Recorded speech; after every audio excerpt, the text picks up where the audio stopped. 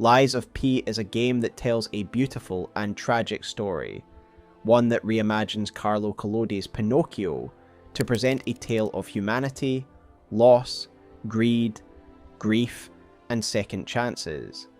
As someone who treasures meaningful stories told through this medium, Lies of P is one that has impacted me more than most, and this great story is supported by a rich lore that acts as a backbone to the game.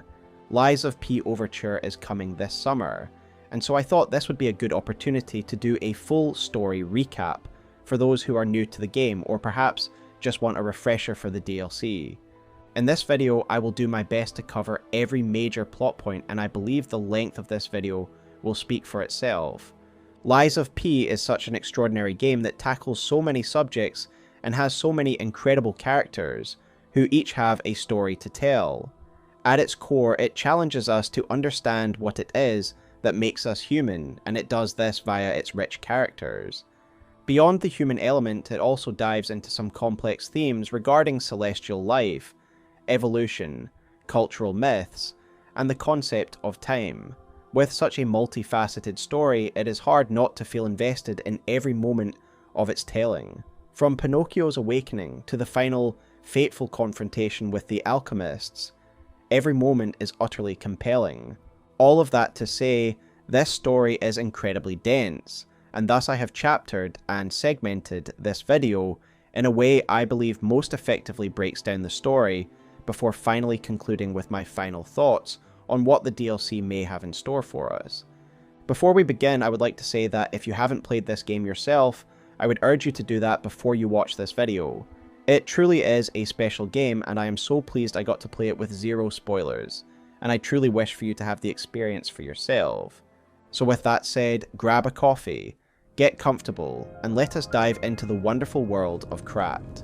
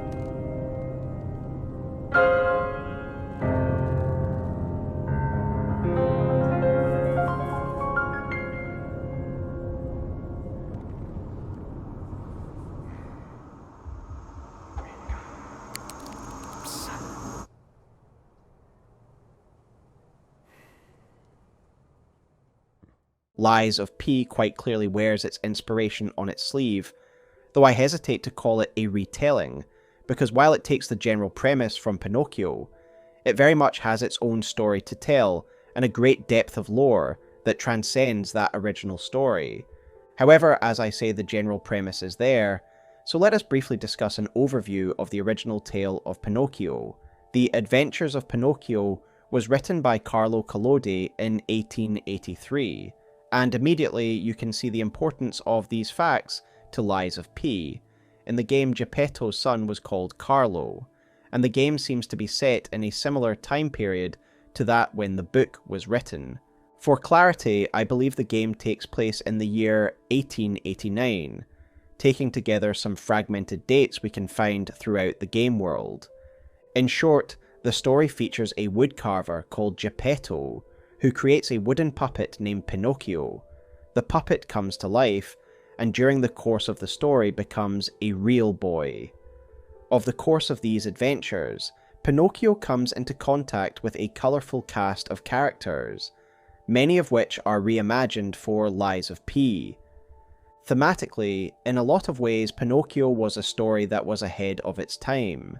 In stories like Soma and Mass Effect, AI and technology is used to examine the human condition, to ask questions of consciousness and life.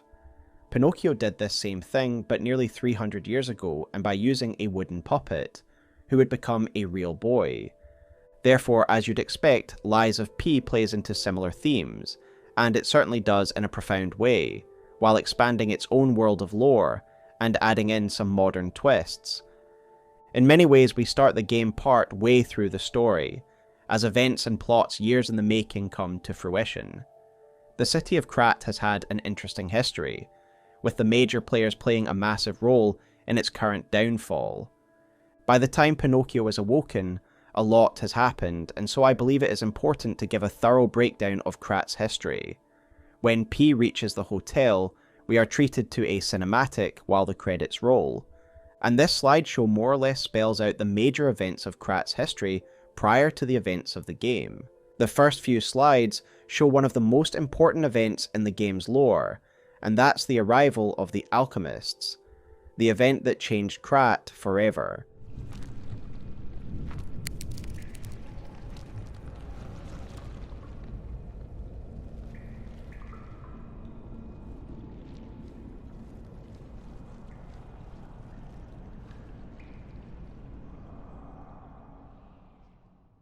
Krat wasn't always the city of the future we see it as today, and that is evidenced by the city's coat of arms, which is a fish. Given what we see of Krat now, it feels a little out of place. However, this symbol harkens back to Krat's humble origin as a fishing hamlet. This is told to us in the document called Primer for Workshop Technicians, which reads the following: "No other city in the world today has been receiving more attention than Krat, the city of puppets. Back when the Almighty V visited, it was still just a fishing village. It has undergone a brilliant change in the past 30 years, spurred by Krat's puppet industry. It is extraordinary to consider that Krat has become such an advanced city in a mere 3 decades, and that prior to that it was relatively humble. Indeed, areas such as Moonlight Town, which remain fairly rustic in appearance, were some of the earliest parts of the town, and as a result we perhaps use it as an illustration of what Krat once looked like. A far cry from the modern metropolis we see now. You can actually get a glimpse of how Krat looked prior to its industrialization in the opening cinematic, which shows the alchemists first arriving in Krat. In this we see a much more stripped back skyline, with no tramlines or high-rise buildings.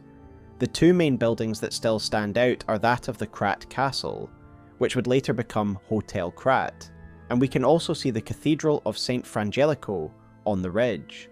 We are aware of both of these buildings existing for centuries prior to modern Krat, so this makes sense. Aside from these 2 buildings, it seems as though Krat is a humble town made up of wooden shacks. Indeed, some of the earliest history we are aware of is the story of St. Frangelico, and how Moonlight Town became a religious site in the first place. This comes from the Moonlight Town Guide, which reads the following: "Moonlight Town is the lowest place in the city, where pilgrims prepare for their journeys. Since St. Frangelico met the one-winged angel and founded the church, Moonlight Town has become known as the place where pilgrims are lifted to the cathedral by pulley and prepare for their pilgrimages. Andreas is the current head of the Krat Church, but its founding and history goes back much further, to the figure known as St. Frangelico. We know that it was Andreas who built the church to the impressive size it is now, using alchemist money, but clearly the introductory cinematic shows it was still relatively impressive, which no doubt represents how important it was. People would make a pilgrimage up the hill to visit the site, and we know from a loading screen that the people of Moonlight Town would later resist the funicular railway that would be built during the recent era, as climbing up the hill was seen as a rite of passage. However, what is important here is the religious beliefs behind St. Frangelico's story, as these likely have a lot of truth to them, and it is worth explaining some of the unique beliefs that the Krat citizens hold. We are told from a number of sources that the founding event of this church was when St. Frangelico met with a one-winged angel. This is why this land is considered holy, and pilgrims would make the journey up the hill. This mythological being is central to the church. Not only do we see many statues of angels in general, but in a shrine that you can access prior to the church, we specifically get a depiction of a one-winged angel. We also see the one wing as a recurring symbol within Krat society, again reinforcing that this is a figure of great cultural importance to Krat. So what is this being and how does it tie into the greater story? There is an artifact of great import to the game's events that I believe is connected to this ancient story, and that is the Arm of God, an item that Simon Manus will use to transform himself, as did Andreas, and it is finally used by Geppetto to revive his dead son Carlo. So even without delving too deep into the lore, you can see that this is an artifact of great power and significance. We will trace the changing hands of this item later on, but for now I want to tie it to the one-winged angel, so let us read its item description. The Arm of God, obtained after defeating Simon Manus. It is a mysterious relic that the Alchemists treated as a sacred object. The Alchemists believed that there was once a god who was ripped to shreds, trying to give immortal life to the humans he so loved, and they wanted to revive him. However, the god who was deep in sleep never answered their prayers, so this arm is clearly evidence of some kind of cosmic level being, and given we have a myth of a great being coming down and embracing Saint Frangelico, is it not likely that these are one and the same? That this arm is remnant of that angel? We learn more of this being, this god, from a series of documents called So Said Pistris 1, 2, and 3.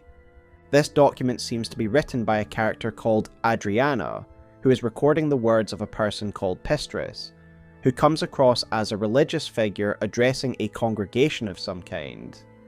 We actually know who these characters are. Adriana is the former name of Laxasia the Complete, and Pistris is the middle name of Simon Manus. For those brand new to the game, these two characters are two of the current leading members of the Alchemists, and the main antagonists of the story. We will return to them shortly, but for now I want to focus on the information these documents provide about the god. So bear with me while I read some segments from each of these three documents. The first document reads the following. Listen, my brothers and sisters. I, Pistris, shall tell you about the world's secrets. In the beginning, it was a wish. It had to be a wish. It's the only paradise perishable humans can have. For thousands of years, humans' wishes perished, but one reached a star. That was a miracle. More so because that star was a very good one. The star answered the humans and descended to Earth. Then everything began. So here we hear of a being that is referred to as a star, likely a cosmic being that was reached out to by humans. The second document reads the following. A star that was curious about humans pretended to be human, then became one. The humans saw its splendor and called it an angel. Although its form was the same, its substance was different. The undying substance, the breath of metal that lives forever. That is the reason humans wished for an angel. The angel gladly shared immortality with humans, but that blessing wasn't for everyone. This more or less confirms that this being is Saint Frangelico's one-winged angel, and that it was curious about humans, and so took on this angelic form to communicate with them. What this star looked like before is anyone's guess, but it is clear that it openly interacted with humans and even tried to help them. This is where Saint Frangelico's legend was born, and it is the foundational event of Krat's religion, and I believe the event that kick-started everything. Interestingly, it also tells us that its form is undying and metallic in nature, and I do think it is likely that Moonstone, the item we use to reinforce our weapons, is made from this being, given it is a metallic-looking substance that is said not to be of this world. Additionally, we learn that this being tried to share its immortality with humanity, and this does mesh with the lore included within the Arm of God, telling us this creature was torn apart trying to do so. The third document in this series elaborates on this dismemberment, as it reads the following. An angel's gift was something humans dare not enjoy. Many humans died with hope in their hearts, and the ones who lived harbored rage instead of death. Eventually humans destroyed and burned their hope on their own. This is how the angel became the god torn to death. But today there are definitely those who survived with the blessing. They, the immortal ones, still walk around and wish for the resurrection of God. I clearly told the truth I witnessed. So why was the one-armed angel torn apart? Why would humanity not like the form of immortality provided by the angel? Well, I think it all comes back to the central material of this story. Ergo. Ergo is an energy source that is found within crystals, which exist in a mine below Krat. These crystals are not natural growths, but in fact are the remains of crystallized people, who become this way via a malady known as the petrification disease. Sophia says the following about the nature of Ergo and the petrification disease. Ergo is the essence of life, made from the petrification disease. It contains the memories and distilled lifespan of the victim. That's why puppets sometimes awaken their old selves, or describe someone else's memories. The petrification disease freezes time and memory within the afflicted body. Ergo is the purified essence of that life, trapped by the petrification disease. The petrification disease is what creates Ergo, by solidifying the human body, yet not killing the soul that exists within. So in basic terms, Ergo is a substance found within the crystallized remains of those affected by the petrification disease. This disease turns humans into crystals, but their soul or essence persists inside, their consciousness preserved beyond time. Carcasses are not the natural endpoint of this disease, and Sophia tells us that these are in fact the result of alchemist meddling. The cathedral. It seems nowhere is safe now. Maybe those who went there seeking refuge became monsters somehow. But the petrification disease turns you to stone, not into a monster. Simon coveted Ergo's power, and he noticed that the process of curing the petrification disease could also create enhanced humans. Krat became a city of monsters and petrification disease because of Simon's terrible experiments. We will talk about carcasses soon, but I just wanted to make it clear from the outset that the monsters we face in Krat are not the natural form of this disease and are a result of Simon's experimentation. Left to its own devices, the petrification disease crystallizes people, and their trapped soul becomes Ergo. This is how characters like Romeo, Carlo, and Sophia are able to have second lives when their ego reawakens within the Ergo. To clarify what I've just said, a person's essence or spirit is preserved within Ergo after they have been affected by the petrification disease. Their consciousness can thus lie dormant within the Ergo until certain events reawaken that old personality. In the world of Lies of P, this is called ego reawakening, and it is why the personality of those killed by the disease can be found within certain puppets, as each puppet has Ergo within it that it uses as a power source. The crystals found within the cave, known as the Relic of Trismegistus, seem to be the oldest examples of this crystallization process. However, for a long time the residents of this region seemed not to know the value of the crystals, nor that they contained Ergo. In fact, we can see from the document known as the Order of Crowd report that it was known as Crowd, and indeed the people of this region had no clue about its properties. Ergo and the petrification disease were the gifts of immortality that this god gave to the people, and it wasn't what they expected. While Lies of P does end on an uplifting note, and Ergo can be used to give people a second chance at life, it is a terrifying fate if not utilised correctly. Yes, Geppetto is able to use surrogate bodies, puppets, to give the likes of Sophia and Carlo a second chance. But Geppetto is a rarefied genius, and this lucky fate is not available for everyone. For the vast majority of people who succumb to the petrification disease, they will likely become trapped or a lost consciousness within the stream of Ergo. In terms of a timeline, I would suggest that the one-winged angel came to the Earth over 600 years ago. My main source for believing so comes from the Order of Krat document, which tells us that the first reported encounter of this substance, of Ergo crystals, is from 600 years ago, and that is only the first reported encounter. And so the events of the one-winged angel were at least 600 years ago, and likely even further back. Ergo and the petrification disease were its gifts to humanity, and yet becoming a crystal was not the immortality that many humans expected, and this is what led to the angel being torn apart. Time would pass and memory of this event would become legend, and the Ergo crystals would lie under Krat for many years, completely untouched. For a long time following this, few would understand the significance of Krat, not even the aristocrats of Krat. This ignorance is revealed in a letter between a member of the Krat aristocracy and the leader of the Alchemists. In this letter, the aristocrat named Wolf expresses surprise and annoyance that he and his peers had no idea of the value that lay beneath their feet all this time. Interestingly, Wolf also gives a different name to this cave, the Devil's Pit.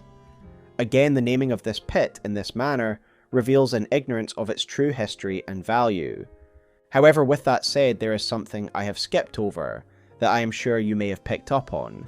In So Said Pistris 3, Simon mentions that some people did get the gift of immortality in that first encounter and that they still exist to this day. This means that Simon believes there are people who were made immortal in that first encounter with the one-winged angel, who are still living to this day, and thus they must be at least 600 years old.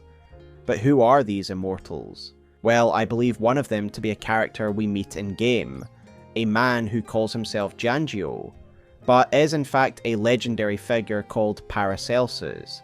He has many reasons to hide his true identity, and you may just think the fact he is hiding the fact he is one of the Alchemists. This is something we learn via the Ouroboros Eye, that he is a legendary figure even among their ranks. However, at the end of the game, it seems as though Paracelsus is also a member of a group that is even more secretive and knowledgeable than the Alchemists. Even the Alchemists formed part of what Paracelsus calls the Krat experiment.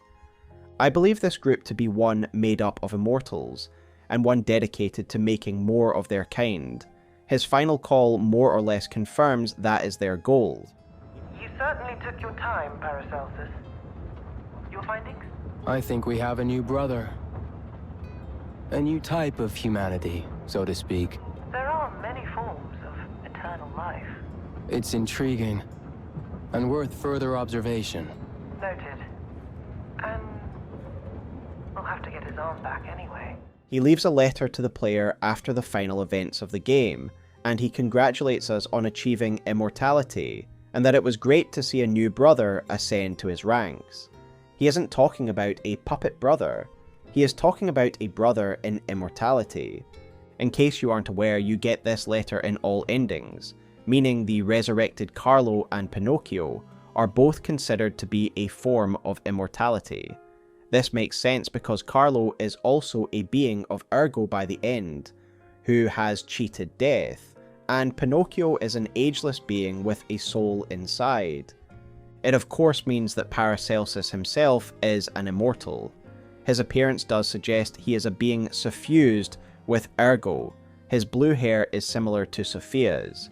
In case you aren't aware, Sophia didn't actually start with blue hair, she had dark hair, and we can see this in an original painting of her that is kept by the obsessive Simon Manus. Her blue hair is clearly a result of her connection and exposure to Ergo, and I suggest that Paracelsus' hair is also indicative of his nature. That means that Paracelsus has been in Krat before, and indeed I believe he was there from the very beginning, and again there is some evidence to support this.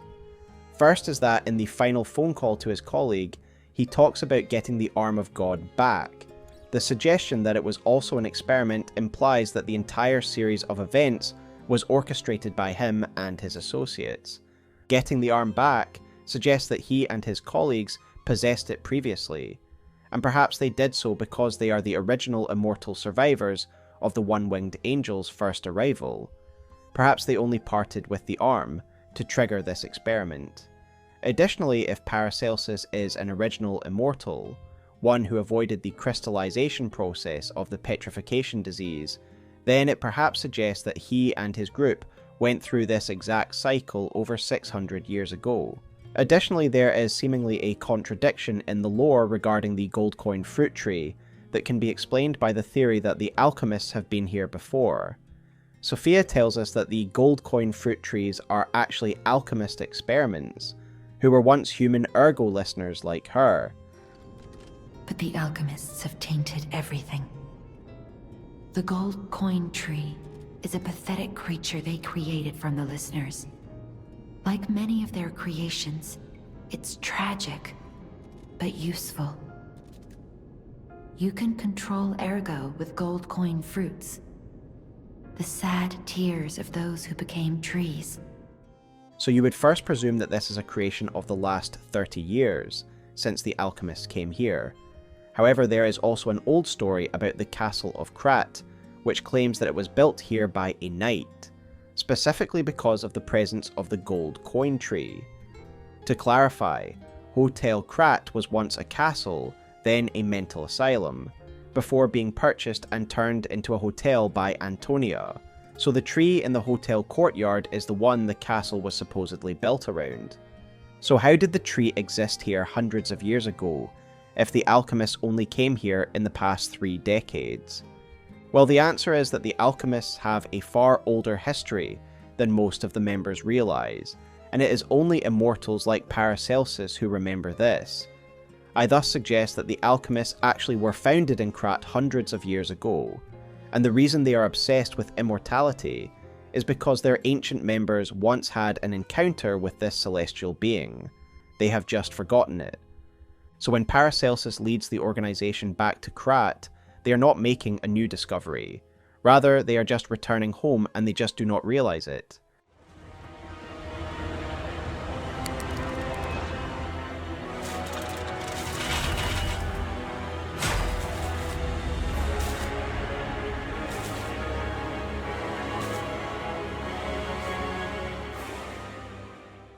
Evidence of this long history can be seen in the ancient language and symbolism found on their arch abbey, albeit this is not an ancient building, as we learn from Arlecchino that it was built specifically to harvest Ergo for Simon's plan.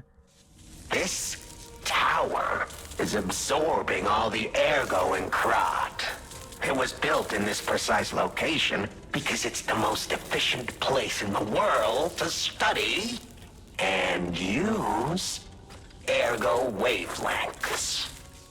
No doubt this location chosen by Simon is why they would become known as the Alchemists of the Isle, but under the previous leader's direction, I believe they were much more embedded in Krat itself. Indeed, a loading screen tells us that they own a number of facilities, in addition to the abbey, and so prior to its construction, I believe they instead were based within Krat itself. In the letter between Valentinus and Wolf, the construction of a Zelator laboratory is mentioned, and I presume this to have been one of the main facilities of the alchemists before Simon created the Arch Abbey. So let us talk about the history of the alchemists since they arrived in Krat 30 years ago. There is a loading screen that gives us some interesting information about the alchemists and their beliefs.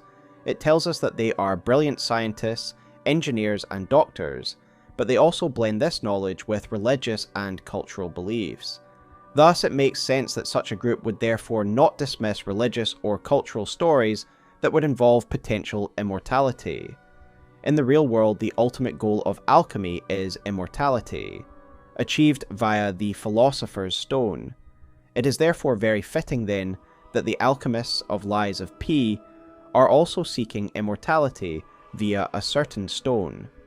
Looking at the primer for workshop technicians, we can see there is a leader referred to as V, and that is no doubt Valentinus Monad, the leader prior to Simon Manus and Sophia's father. A loading screen tells us that he is a doctor and archaeologist, a fitting leader for a group of scientists who are interested in the occult and immortality. It was the arrival of this powerful organization 30 years ago that spurred Krat's rapid development. first seeing Ergo as a powerful energy source and resource. They would reach out to the noble families of Krat for funding, and a new power structure was established with this tenuous pact. The old blue blood of Krat and the new wealth of the Alchemists would vie for power and control of Krat. While the city benefited massively from the Alchemists, it is clear the aristocracy resented the growing power of the Alchemists, who in many ways supplanted them as the preeminent power of Krat. The reporter Medoro comments on this union in the Venini Landmark Guide No. 2, which reads the following: "The Alchemist Bridge is the bridge on Elysian Boulevard, and the main way to Krat City Hall. The Holy Ouroboros, the mark of the Alchemists, is fittingly engraved into the bridge. This shows that the Alchemists are not just a powerful, privileged class, but have also donated tremendous amounts of money across the city. The union of Krat's old families and the organization of Alchemists is shown in symbolic form. Given that the sacred Ouroboros mark is engraved on City Hall as well, it's obvious who owns the city of Krat. Medoro is commenting on the fact that Krat is a city that is owned by the Alchemists, who were enabled by the old families of Krat. Indeed, the Alchemist Cape shows us the organization's view on their position in Krat, as it reads the following: "The cape worn by Alchemists. It is made out of luxurious fabric, befitting people who take pride in being the masters of Krat. The Alchemists believed themselves to be Krat's true masters. Naturally, the clothes they wore were so elegant and luxurious that they were said to wear Krat's wealth on their shoulders. This rivalry between the Alchemists and the old aristocracy started off as a tenuous relationship and agreement between the two parties, but it is clear that the alliance did not last, as both factions would eventually be represented by their own armed militia, the Stalkers, the bastards who would fight for the Alchemists, and the Sweepers, who would pursue the interests of the old families of Krat. Interestingly, the bastards, who serve the Alchemists, are themselves made up of the aristocracy, and thus their name is quite fitting. As it is suggested, they are disgruntled members of blue blood families who have been ousted from succession in one way or another. The blue blood coat, their formal attire, tells us exactly this in its description, and of course, the blue blood is an apt name for these children of nobility. No doubt this betrayal of the ruling class will serve to further rub salt in the wound, their own children siding with the new power to usurp the power balance in Krat. Indeed, one of the bastards who we meet, Fox, is herself a member of the Wolf family, Claudia Wolf. The Wolfs are clearly one of the most prestigious families in Krat, a fact we can take from the way they are spoken about in a cryptic vessel. Additionally, Wolf was the member of the aristocracy who represented the old families in their initial pact with the Alchemists, again highlighting the importance of this family. The fact that a Wolf now fights for the Alchemists really does show how bitter this conflict would become. The Sweepers are those who defend the aristocrats' rule and actually mainly come from the streets, and we learn a bit about them from the Monster Sweepers hunting apparel, which reads the following: "The hunting apparel of the Stalker organization of Sweepers. The brutality of the alleyways can be tamed by no one. The Sweepers come mostly from the alleyways, and their fighting style is rough and ruthless. They can be hired with money, but buying their trust is difficult. Their brutal style makes me believe that the likes of Mad Donkey belong to the Sweepers, he who wields a cleaver with brutal and wild swings. Indeed, one can identify which clan a Stalker belongs to because of their style. The bastards are usually dressed in fine tailcoats and masks, outfits that wouldn't feel out of place at a masked ball. For examples of this, look at Fox and the White Lady. In addition, the bastards usually fight with more precise weapons, and a more sophisticated fighting style, given the fact that in real history, children of aristocrats were often given fencing and dueling lessons. This thematically fits for me. The makeup of the bastards is a reflection of their aristocratic upbringing. Conversely, the Sweepers wear rougher made leather coats, and their masks are often more amateurish and less elegant. They fight more brutally, a representation of a dangerous life on the streets, from whence they came. For examples of their kind, see Mad Donkey, or Cat. Despite their differences in fighting styles, the Stalkers do share one feature: their animal masks. A newspaper article explains that these seem to be tied to an ancient Krat custom, and that the choice of mask may indicate rank. The tension between these two groups is well emphasised by the document called Sweeper's Branch Office Newspaper Archives. This report details an investigation into Kat, who we meet and was once a sweeper. The leadership of the sweepers are deeply suspicious of his association with Fox, who may be his sister. There are, of course, other Stalkers who do not owe their allegiance to either group, and examples of these would be the legendary Stalker and the Black Rabbit Brotherhood. The legendary Stalker is known to have walked her own path, and is a character who will be playing a vital role in the DLC, but let's stick to the base game for now. The Black Rabbit Brotherhood seems to be a combination of Stalkers from both organisations, but have banded together for their own benefit. They do work for the Alchemists, but more as mercenaries rather than dedicated bastards. The Stalkers are not some illegal paramilitary, however, it in fact represents one of the three pillars of modern Krat's rule: the Alchemists, the Workshop, and the Stalkers. The very fact these clans have branches and newspapers show they are a legal organisation. To understand the structure of modern Krat, one needs to understand these three organisations. Indeed, we learn that the Rose Estate later became a sort of prep school, where one can train to become one of these three main professions. Carlo, Geppetto's son, also attended this school to train to become a Stalker, but more on that later. So following the Alchemist's discovery of Ergo, they will have informed the nobility of Krat and requested funding for a new laboratory. Whilst its true value in terms of immortality would take some time to uncover, its value as an energy source would quickly become apparent. A loading screen tells us that the Alchemists, realizing the potential of this resource, would invite experts from all over the world in order to best take advantage of it. One of these was Geppetto, so he wasn't one of their number, rather he was invited here, clearly because of his expertise as an engineer. It was Ergo that allowed Geppetto to give movement to his puppet creations. As we know, it acts like a sort of power source, and it likely powered all of Krat's advanced technologies, including the trams, trains, and electricity, etc. A more direct example of it being used as an energy source comes near the end of the game, where we are required to find Golden Ergo in order to power the experimental Pistris submarine. Such a powerful energy source would certainly give Krat a technological edge, and indeed it is far more advanced than any city should be in the 1800s. A train would be developed that would be the fastest in the world, putting the city on the world stage, and replacing the fish as the city's symbol. This is the purpose of the workshop and its technicians, to further explore and develop the industrial and technological advancements that Ergo can provide. We know from the primer for workshop technicians that the workshop began with Geppetto, and it was he who invented the first puppet. Talking with Vanini later, we learn that his parents made the first automated puppets, and I take this to mean that they took Geppetto's invention and prototyping to make new industrial and mass-produced applications of puppetry. After his parents' death, Vanini also helped Geppetto implement the Grand Covenant. But make no mistake, Geppetto is the father of puppets, and the Workshop Union was born of his genius.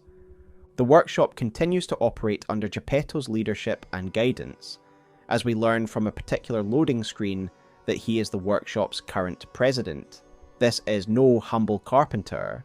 Geppetto is certainly one of the most powerful men in Krat, though it is his obsession with his work that would later lead to the neglect of his son. Whilst the Workshop Union is technically a separate organisation from the Alchemists, they were more or less born from the Alchemist's discovery, and as such both pillars worked very closely together. The Alchemists did the research, while the Workshop did the application. We learn the importance of the Workshop to Krat's wealth via the Workshop Master's Workwear, which reads the following: Workwear of the Workshop Union. Krat, the capital of automated puppets, was built by their hands. Krat's wealth came from machinery and trams, weapons, and automated puppets. Geppetto and the Workshop Union were the prophets and adventurers of this golden path. All of these industries were of course incredibly lucrative, and the Alchemists and Krat as a whole benefited from the new wealth and prosperity. Even Andreas, once a priest solely concerned with the well-being of his parishioners, became more interested in the Alchemists' gold, a fact told to us by his Ergo.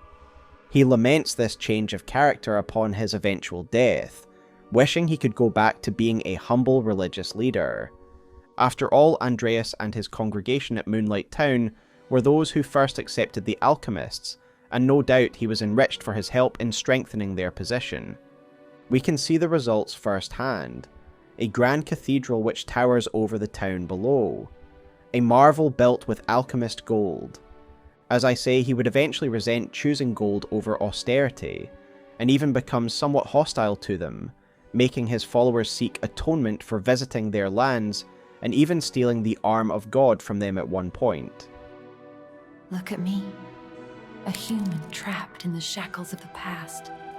I wish I was back in Krat before the petrification disease, before the disaster. Krat was a city of light, a city of joy. I wish I could go back, even just for one day. With the workshop leading the way, Ergo would transform the city rapidly. Again, something shown in the opening cinematic. During this 30-year time period, various important events will have happened.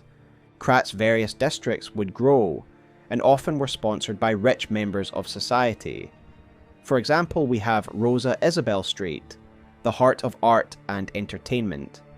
This was named after Isabel Monad, the wife of Valentinus Monad. The Vaninis would industrialize and mass-produce a lot of the workshop's inventions, pushing the Krat Industrial Revolution. Puppets would perform many roles in society, and thus life would become luxurious for many within the city. The inventions during this time, beyond the puppets themselves, are many and far more advanced than what should be possible in this time period in the real world. There were super-fast trains, submarines, advanced weapons, and much more. One other detail I noticed was that in Arch Abbey, there actually appear to be rudimentary computer systems. Again, an extraordinary leap in technology that was all founded upon Ergo, which was a massive energy source. Ergo would of course have initially come from the relic of Trismegistus, and as implied by the bundle of old letters, it will initially have been mined by humans. This material of course was important for the development and industrialization we have discussed, but it is also important for another reason. It would lead to the first cases of the petrification disease. We learn of this initial exposure from a loading screen which reads the following. The petrification disease first occurred among the alchemists. Although there were many experts in the field of medicine among the alchemists, everyone was helpless in the face of the new disease. We know that Ergo and the petrification disease are part of the same cycle, but initially the spread of this will of course have caused fear among the alchemists, and led them to pursue a cure. This is an important moment to denote, because it is in the process of developing a cure that Simon Manus would notice the potential for enhanced humans, but let us discuss that later. It is merely important to note that the petrification disease would be a problem, one that would lead to the development of a cure. With that said, let us return to discuss other important events that would have happened in the 30-year period between the alchemists arriving and the start of the game. Namely, the birth of Geppetto's son. Geppetto and his wife Camille will have had their child known as Carlo. The reason we believe that Camille is Geppetto's wife is because of a statue found outside the opera house, dedicated to a woman named Camille, by someone initialed GG, Giuseppe Geppetto. As for who this Camille was, the answer can potentially be found in the Saintess of Mercy statue key, which reads the following. The genius engineer Camille received a request from the alchemists and created a masterpiece. This was the Saintess of Mercy statue that brought back to life the puppets under golden divine protection. I want to give a shout out to the channel Kite Tales, as it was her video on lore secrets that informed me of Camille's connection to the Saintess statue, so full credit to Kite Tales for that. And in general, this is an amazing channel if you are interested in more Lies of P lore. Camille was an engineer, and a talented one at that, suggesting she worked at the workshop, and thus likely under Geppetto himself. I therefore suggest that they met here, married, and had Carlo. For whatever reason, Camille would eventually pass away, but coincidentally we then learn of a puppet who was called Camille, via a certain document called First Discovery. If Geppetto's wife's Ergo was indeed passed on to a puppet, as I'm about to suggest, then the implication is she died of the petrification disease, no doubt a likely fate given how often the workshop engineers likely handled the product. The document called First Discovery, Camille, tells us the story of how the Alchemists discovered that people persist within Ergo, and how their egos can awaken. Camille was a made puppet who acted beyond her programming when she saved a child from harm, a human act as a result of the humanity that persists within the Ergo. This discovery changed everything for the Alchemists and their goals, and I quote the document now: Ergo was not a simple power stone, it embraces life. Through Ergo we can open the door to eternal life. Wake up, evolve, ascend. With this discovery, humankind will achieve immortality. Does this mean that the Camille puppet, who was made to resemble someone, actually contained the ego of Geppetto's late wife, and thus she acted out of old instinct to protect her son? To spell it out more plainly, I am suggesting that the Camille puppet was one that contained Geppetto's wife's Ergo, and was employed as a maid within his household. The child that she is said to have saved from a fall, as described within this document, would thus be a young Carlo, and she did so because the maternal instinct within her caused her to act beyond her programming. It is certainly possible, and it would certainly make a lot of thematic sense, placing Carlo and Geppetto at the centre of the story once more, with this major discovery happening because of their family dynamics.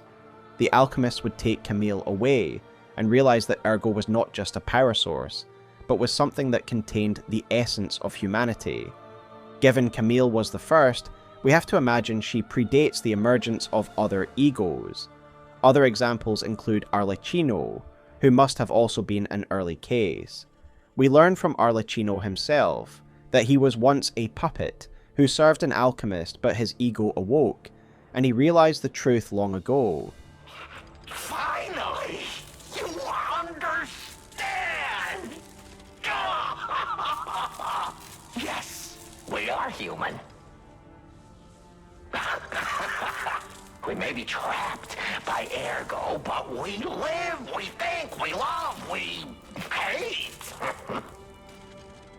They have locked us in the prison they call puppetry.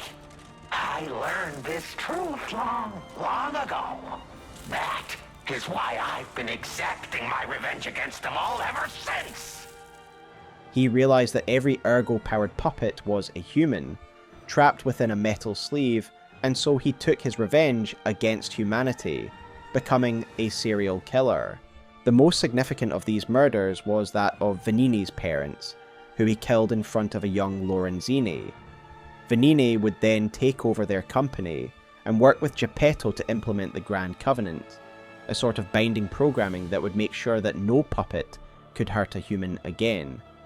Another case of an ego-awakened puppet is Venini's closest associate, Pulcinella, who admits to Pinocchio that he has long been awakened and has cared for Lorenzini after witnessing the trauma he went through. The true nature of Ergo being discovered is one of two massive discoveries that would drive Simon to pursue human ascension, alongside the discovery that humans could be physically enhanced as well via the petrification disease. I imagine that it was also in this time period that a young Sophia became aware of what Ergo was due to her ability to hear the voices of those within it. I am able to wield Ergo.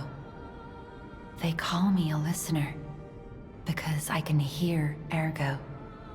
I inherited the power from my mother, who hated it, called it the devil's power.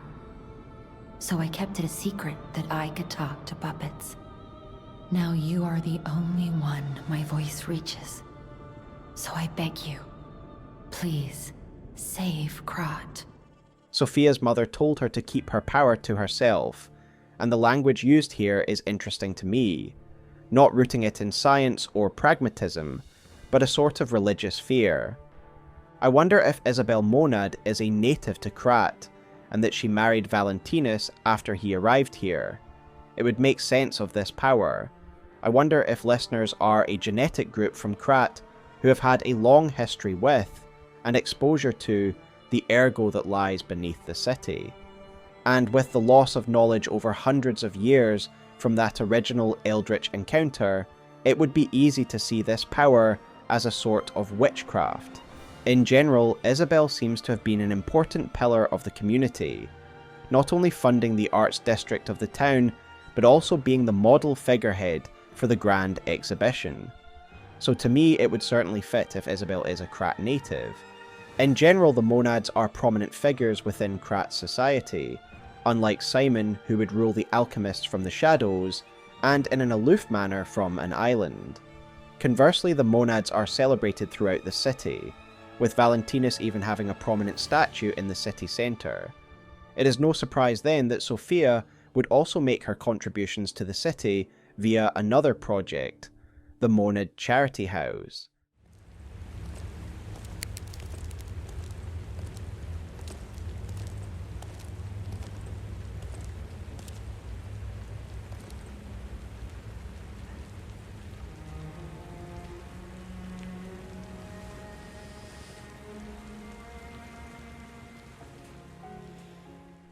A loading screen tells us that this house was founded by the younger members of the Monad family. Presumably this means Sophia may have had siblings, perhaps a mystery that will be solved in the DLC. I believe Sophia was likely quite young when she did this, as we can see her in one of Carlo's Ergo flashbacks, where she meets the young child and seems a fair bit younger herself. It also shows that she didn't just establish the Rose estate, but she was also physically present to oversee the running of the establishment. This project seems to have been a noble one, providing shelter and food for the orphans of Krat and holding charity events, sponsored by Lady Isabel and Sophia. Additionally, it would give these children a rigorous education, preparing them for a career with one of the three institutions. This is something we learn via the Monad Charity House Guide, which reads the following. The Monad Charity House is also known by its nickname, the Rose Estate. Originally, we were a charity organisation for poor children, but today with the Monad family's sponsorship, we've become a boarding school with high-quality welfare and education curriculum. Children can get Stalker, Workshop Technician, and Alchemist education according to their aptitude and career path. As an aside, I do find it rather interesting that the Alchemists would actually recruit from the local population. However, as the Charity House Guide states, this house would transform into something closer to a boarding school, where children could be sent in order to take advantage of this prep school. It would be here that Carlo would attend, and we get a glimpse of these memories via an Ergo recreation on the Black Beach. These memories seem to be the result of the Ergo storm engulfing the island, no doubt tapping into Carlo's Ergo. The Ergo then visually recreates these scenes from his past by moulding the sand. I wanna go home. I don't wanna be here. How many sleeps till Daddy's back? 10 sleeps? 20? Soon enough. You know he's quite busy. While you wait, why don't you give him your friend? His name is Romeo. This story is tragic. Carlo feels abandoned by his father, Geppetto, who is too busy to even attend his son's graduation. Carlo resented this, and this can be seen in the item description of someone's necklace, which reads the following. A necklace once worn by the king of puppets. It is engraved with a boy's scribblings. To Romeo, your friend C. The boy resented his father for not showing any interest in him. Perhaps in protest, he gave his graduation necklace to Romeo, a friend he admired. This also highlights the close bond that the boy Carlo developed with a fellow attendant of the school, Romeo, and this bond likely gave him comfort in lieu of his father's distant relationship. He didn't even come to your graduation? I don't care if an old man like that kicks the bucket. Don't say that. It's nice you got any family at all. Let's start talking about this. Oh, she's here. Grab her. Both boys aspired to be stalkers, something we can see in their competitive banter graffitied on a particular painting. Carlo was so desperate to become a great stalker that he once approached the legendary stalker in the hopes of her training him. Please teach me how to use a sword. You're a legendary stalker. Ugh, so annoying. Germany, get rid of them. I'm off. In the past, many speculated who this stalker could have been. However, with the drop of the DLC trailer, we now know that this legendary stalker is a separate character from the cast we have already met. Given she rebuked Carlo before his untimely demise, and then lamented it, I suspect that there will be a reckoning between her and P, with her regretting what happened between her and Carlo. Oh my god. No. I'm sorry. I was too late. I wish I'd got here sooner. If I had known this would happen. However, I will talk more about my DLC predictions in the video's closing chapter. Indeed, one of the central events of the story is Carlo's death at the hands of the petrification disease, as it would set in motion a chain of events that would result in Simon Manus's downfall, given Carlo's death would cause Geppetto to create Pinocchio, the puppet who would eventually stop the mad alchemist.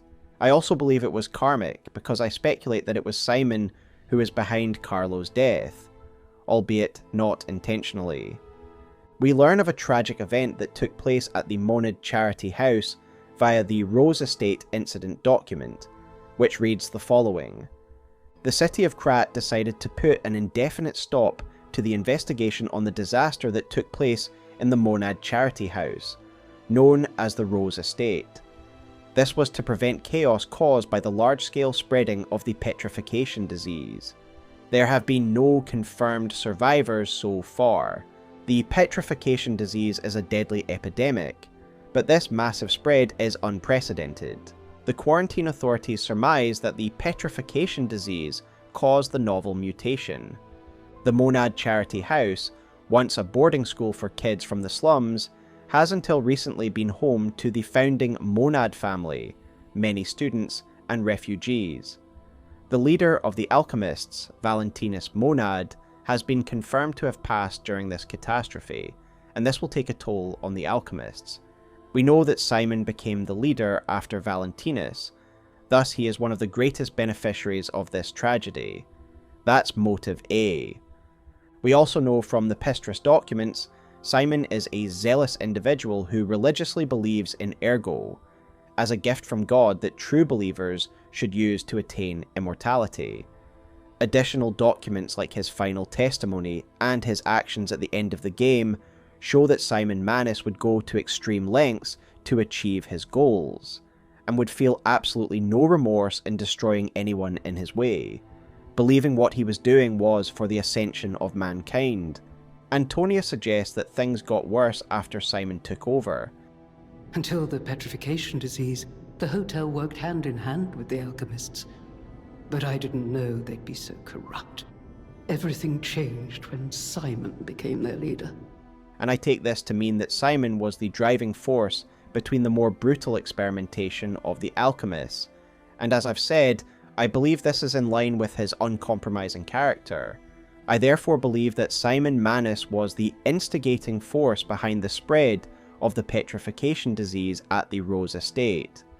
In the next chapter, I will show evidence of the Alchemists spreading the petrification disease and the carcass condition, and I think this was his first use of such a tactic. His target was Valentinus Monad, But there were collateral casualties, Carlo chief among them. Carlo, a young boy who dreamed of being a stalker, and who was neglected by his father, was killed far before his time. This is a critical moment in our story that sets into motion the events of the game, and it is Carlo's resurrected form that would ultimately bring Simon Manus down. With that said, let us discuss Simon Manus a little bit, as he is critical to the story.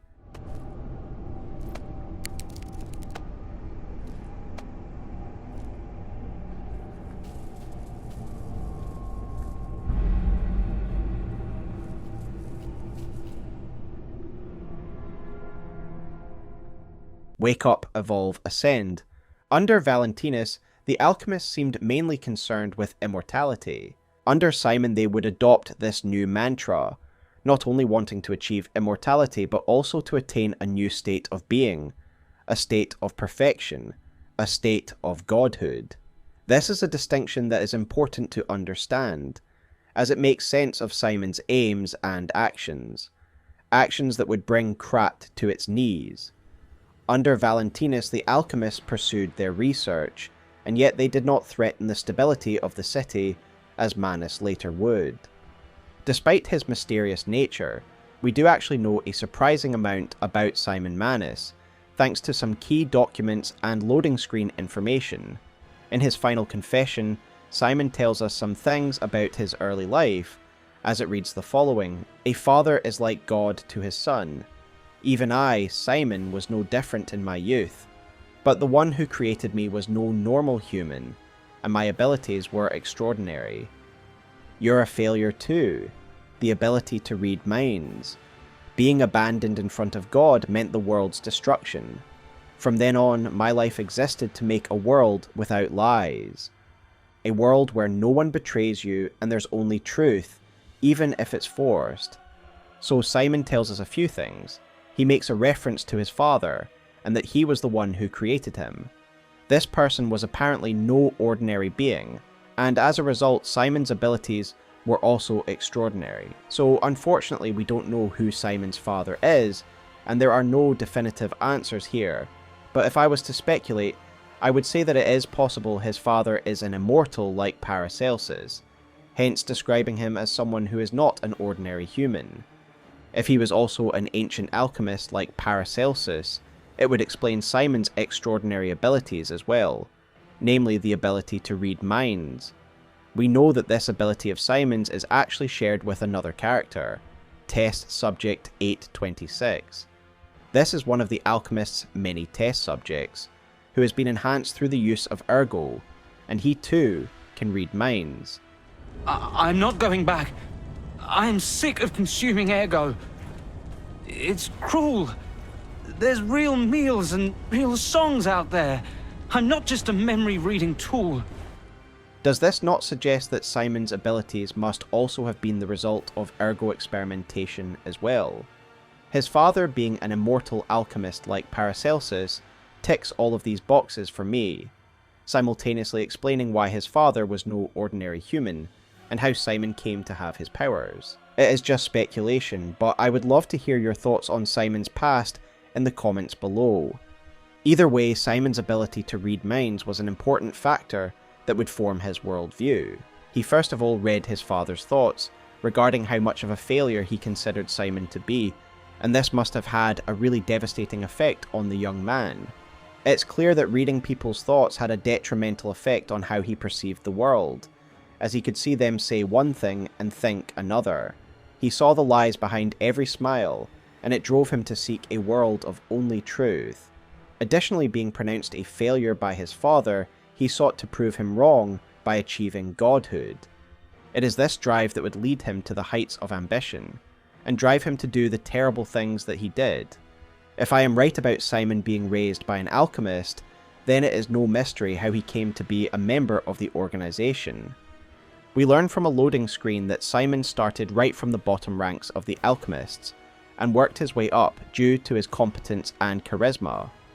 We also later learn from Sophia that he was eventually Valentinus's right-hand man, thus he was next in line to assume command of the organization.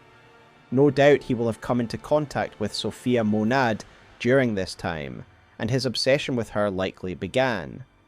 We can see from his sermons that Simon views Ergo with religious fervour, and thus I believe he killed Valentinus so he could take the alchemists in a more radical direction.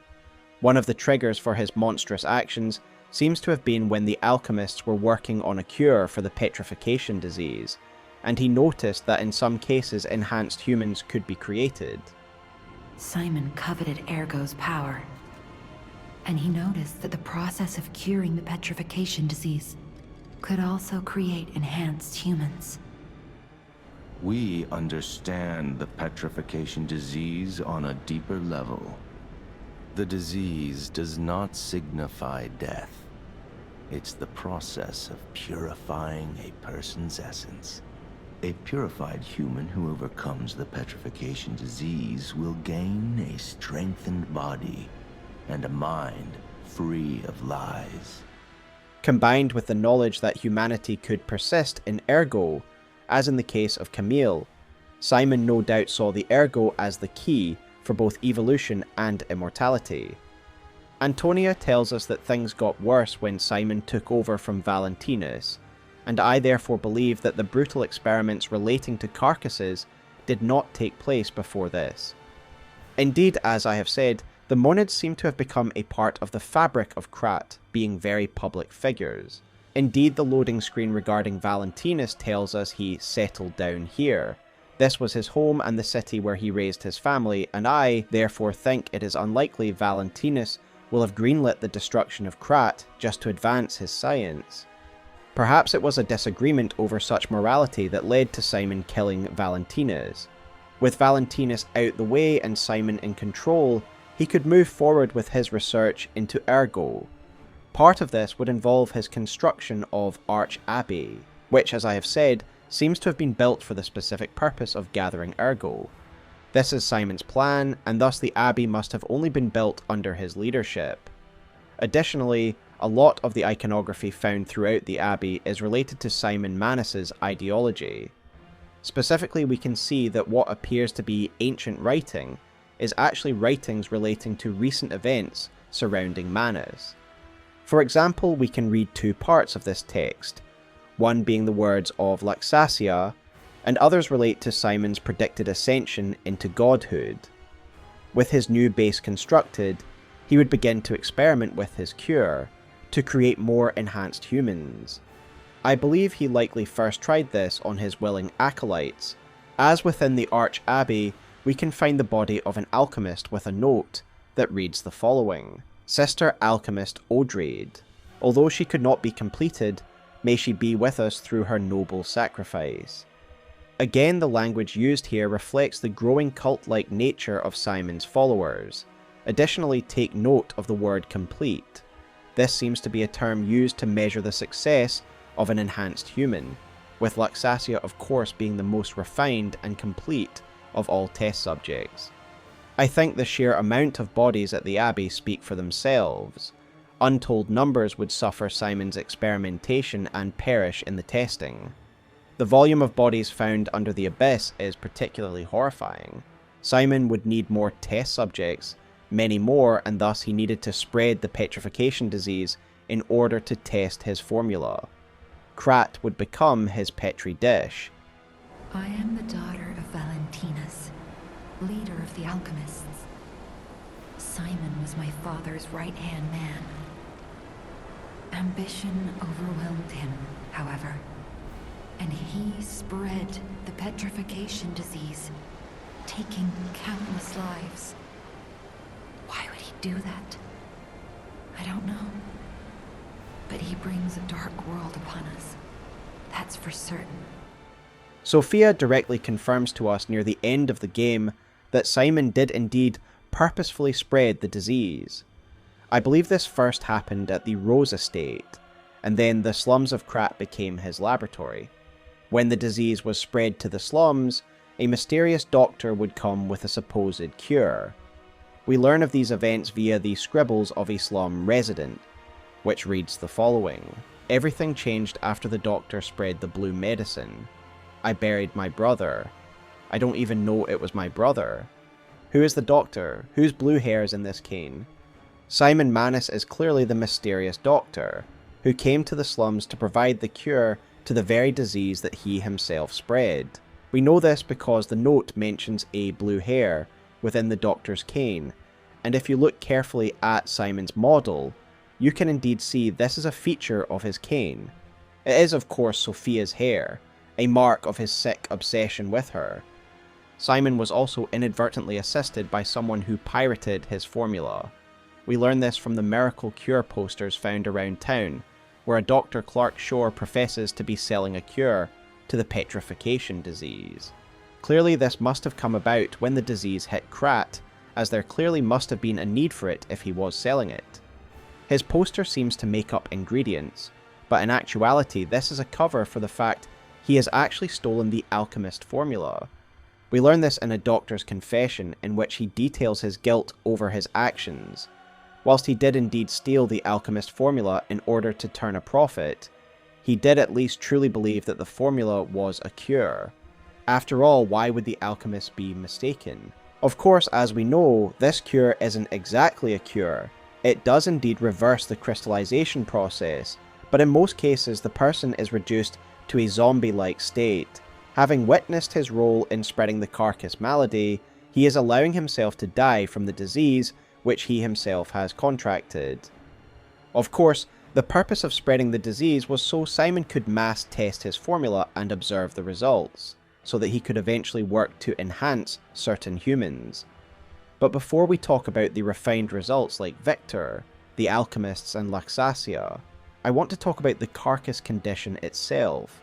When you first encounter carcasses, they are fairly basic, zombie-like creatures with blue blood, that also occasionally feature blue crystal growths, a hangover from the petrified state they have been relieved from.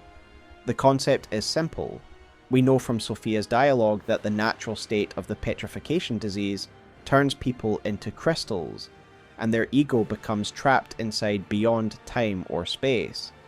This state of being is the material we know as Ergo. So this cure clearly reverses the crystallization process, and thus people become animated again.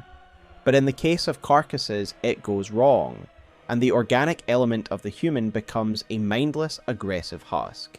Simple in concept so far, however it becomes less simple when we consider the highly advanced mutations that we face later, that show unusual and alien features. And this is something that is easy to forget or overlook. I know I did until I was really thinking about this script. We cannot forget that Ergo and the petrification disease are basically an alien virus that was passed down to humanity by an unknown celestial life form. This is where Bloodborne and Lies of P somewhat overlap, where both the Healing Church and the Alchemists are essentially trying to use alien material to ascend to a greater form of life. Thus carcasses to me are somewhat analogous to the failed experiments or celestial envoys of Bloodborne.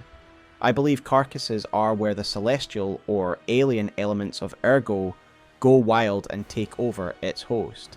We see all sorts of unusual growths on some of the latter carcasses. Some are very aquatic and remind me of sea anemones or even sharks in some cases. In lots of media, including Bloodborne, the celestial is often metaphorically compared to the deep sea, and perhaps these design choices are to remind us that this is an alien pathogen or state of being. This explains the extreme abilities of the enhanced humans and carcasses, the ability to project illusions, to use kinetic force or even go invisible. Now, do not get me wrong, I absolutely believe that certain carcass monsters are the result of genetic engineering and experimentation of the alchemists, but they are ultimately only working with something that must already be there. I think this adds to the horror tremendously. Not only are carcasses scary because they represent someone who has completely lost themselves, but they are also people who are afflicted in terrible and alien ways that we cannot possibly comprehend. But again, mass testing of this on the slum population absolutely allowed Manus to refine his formula. Additionally, it becomes clear that by the time of Krat's fall, the carcass malady itself can spread from person to person, even without each person being administered with the blue formula. This is why it spread so quickly near the end of the game, when the king of puppets has fallen and his puppets are no longer able to contain its spread. Krat became a city of monsters and petrification disease because of Simon's terrible experiments. The king of puppets tried to stop Simon, but he didn't do well either. Now, our only hope is you. Save Krat from this nightmare. Yet all of this chaos and death was worth it to Simon, so long as it fulfills his vision for evolution. We know that Victor would have preceded Laxasia, thanks to a note found in the workshop tower. While he wasn't considered a full success, he will have certainly been a landmark moment for Simon and his followers. We know from certain press releases that Victor was once a famous strongman in Krat, who had to retire due to him dying from the petrification disease. However, the Alchemists gave him a second chance at life, and the results are quite clear. He is no longer dying, and he is immortal for one. His Ergo, that of the reborn champion, reads the following. Victor had once been praised for standing at the pinnacle of all living beings. When he recovered his dwindled strength, he swore absolute fealty to the Alchemists. Victor was a success story for the Alchemists, and as a result he became loyal to their cause, which is why he dedicates his victories to the arm of God, the instrument of his revival. But as I noted earlier, Simon's alchemists aren't just interested in immortality, they are also trying to attain evolution and ascension. And again, Victor marks a triumph in this regard. He is significantly larger and more powerful than any human could naturally become, albeit he seems to need certain life support mechanisms, which we can see attached to his body. Indeed, this seems to be a common factor in enhanced humans.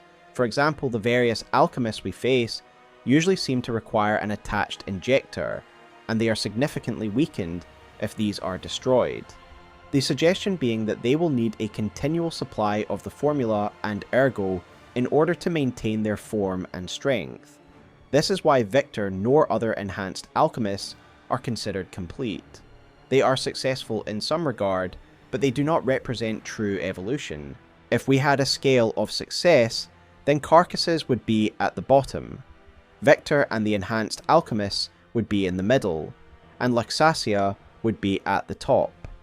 We know Laxasia was once an alchemist called Adriana, a devout follower of Pistris who not only recorded his words, but she worships him as a god. More than that, she loves him, but this love will never be returned, due to Simon's own fixation with Sophia. Hence she is the sad zealot. By her own words, Laxasia is the first to be complete, an enhanced and immortal being who needs no further life support.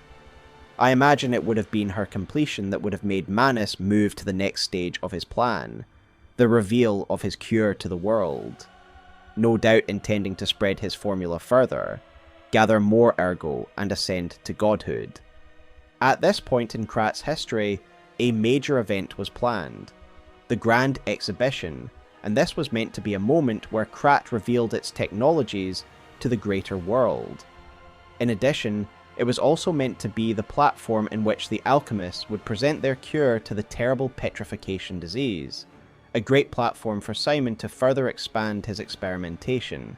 However, Manus had made a fatal mistake and had earned a dangerous enemy, and the Grand Exhibition would never happen.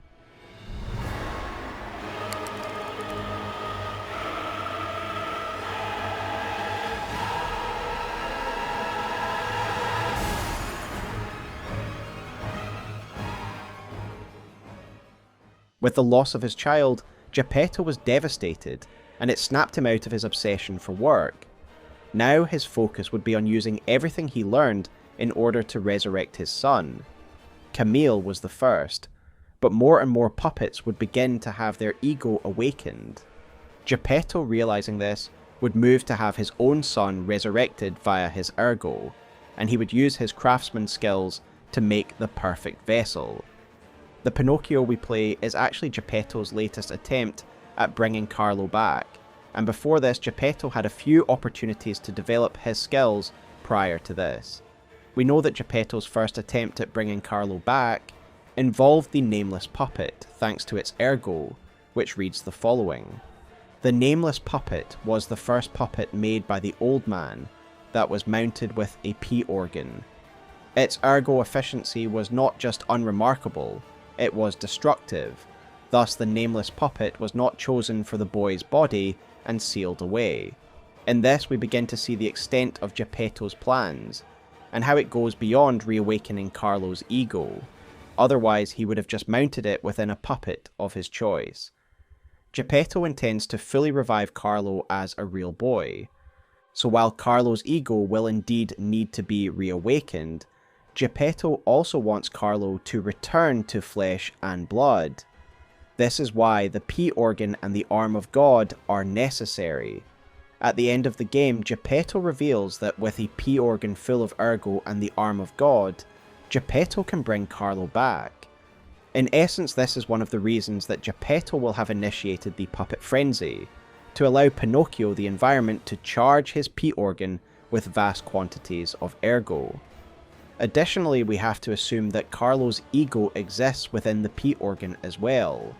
Combined with the transformative power of the arm of God, Geppetto is able to bring Carlo fully back, in the flesh.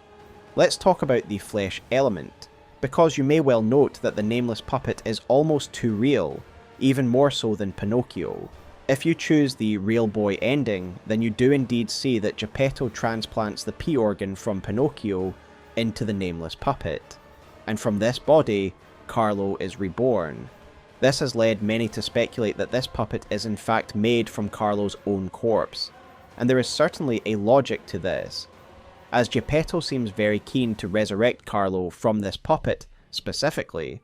Of course the body has been highly modified and combined with puppet technology, but it clearly does have some biological elements. The fact it is Carlo's body would also explain some other decisions of Geppetto. He describes Pinocchio as the perfect puppet, and thus it wouldn't make sense for him to choose the nameless puppet as the final vessel instead of P, but it does make sense if the nameless is literally Carlo's body. Thus the ingredients for Carlo's revival are as follows. Number 1 is Carlo's Ergo. Number 2 is a large amount of Ergo to power the transformation. Number 3 is the arm of God, and number 4 is Carlo's body. However, as we learn by the end of the game, the fourth isn't strictly necessary, as Pinocchio undergoes changes that Geppetto does not expect, making him almost human. But we will discuss that more later. But in the time between the nameless puppet's failure and Pinocchio's creation, I believe that Geppetto had another opportunity to refine his abilities, in the form of Romeo. As we discussed earlier, Romeo and Carlo grew up together in the Rose estate, and it seems as though Romeo also was afflicted with the petrification disease. We learn this via a loading screen, which reads the following. Even as his body was hardening from the petrification disease, he made a deal with the devil to save more people. The devil, of course, being Geppetto, and the implication here being that before Romeo died, he essentially asked Geppetto to implant his Ergo within a puppet, whilst he was dying of the petrification disease. He seemingly wanted a second chance at life, so he could further help people with his stalker training. Geppetto likely saw it as a great opportunity to practice his craft, and we can see that Romeo's puppet body is close to Pinocchio's in terms of sophistication. However, Geppetto also saw Romeo as an opportunity to lay the groundwork for his greater plans, and Romeo became the king of puppets against his will. We learn this via his Ergo, which reads the following. When the boy opened his eyes, he found himself sitting on a throne that he had not asked for. When he sought his friend of the past, he clung to his memories even though he knew there was no going back. Romeo didn't ask for this throne, and yet he was forced within the king's outer frame to become a figurehead for what was to come. Following this, Geppetto likely moved his workshop to the train station, where he would take everything he had learned and make the perfect puppet, a more stable vessel into which he would place the P organ and Carlo's Ergo. Now all that remained was allowing the P organ to be charged with Ergo and to get his hands on the arm of God. Additionally, Geppetto was likely aware that Simon would be moving forward with his plans, and were he to succeed, then the arm of God would be out of Geppetto's reach forever. He needed to destabilize Krat and the Alchemists now, and it was at this stage he would trigger the puppet frenzy. Geppetto had prepared for this for a long time, so much so that he had long implanted an override to the Grand Covenant itself. The Grand Covenant? You're not asking much, are you? Very well. Geppetto himself created it, and God help me, I made it work.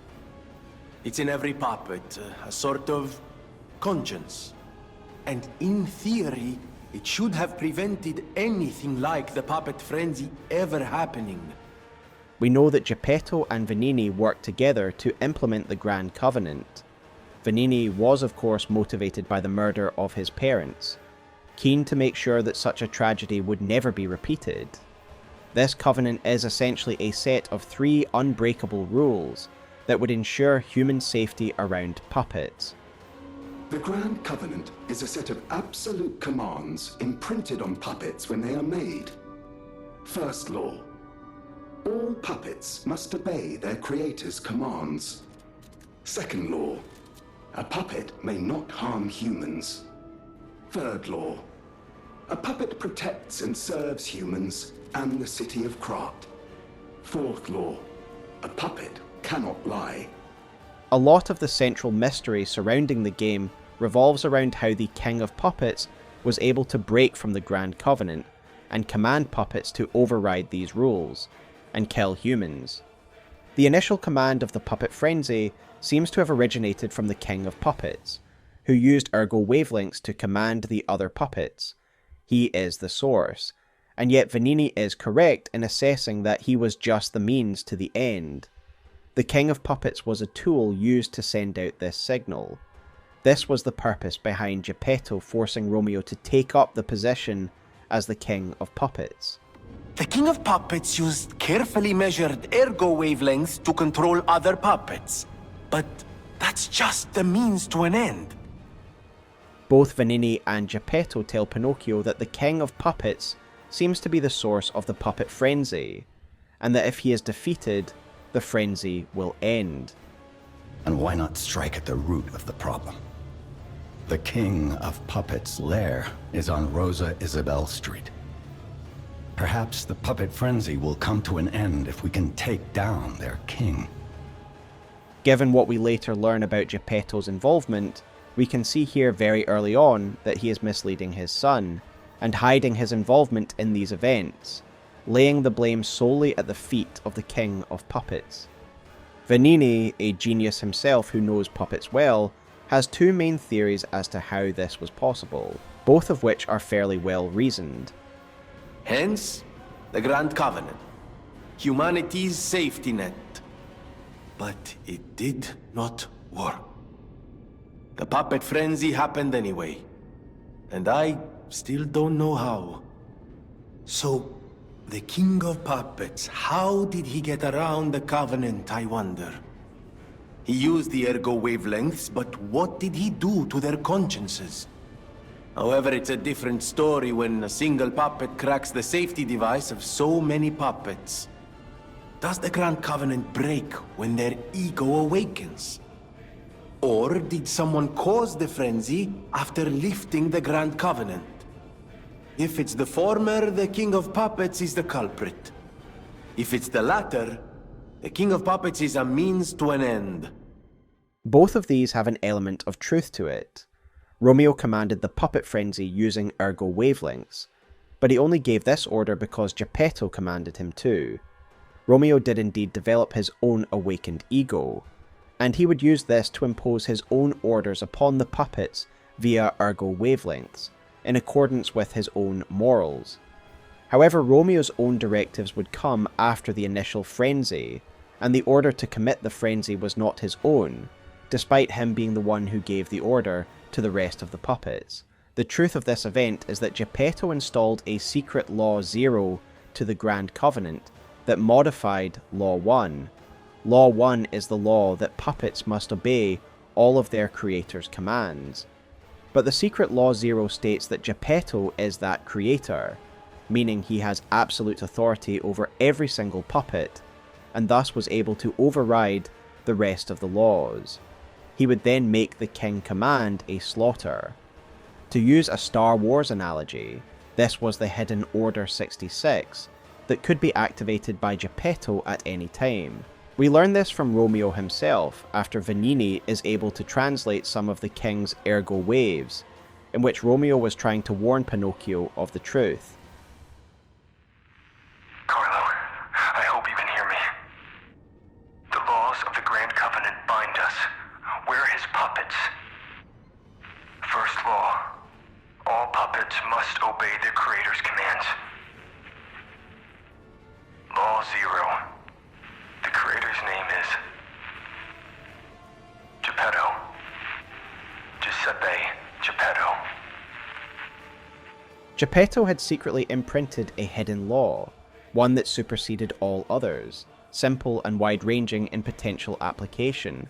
That law being that all puppets must obey their creator no matter what. They must obey Geppetto. My assumption is that Geppetto made Romeo the king of puppets in order to use him as a nexus for the puppet frenzy. Vanini describes the king as a means to an end, suggesting that Romeo was used as the vessel to send out the puppet frenzy command. The order came from him, but he was used as a mask for the true mastermind behind this attack. The Puppet King would make a good scapegoat for Geppetto following the puppet frenzy, as he would be able to claim that it was the king who commanded the puppet frenzy and prevent people from looking into the matter too deeply.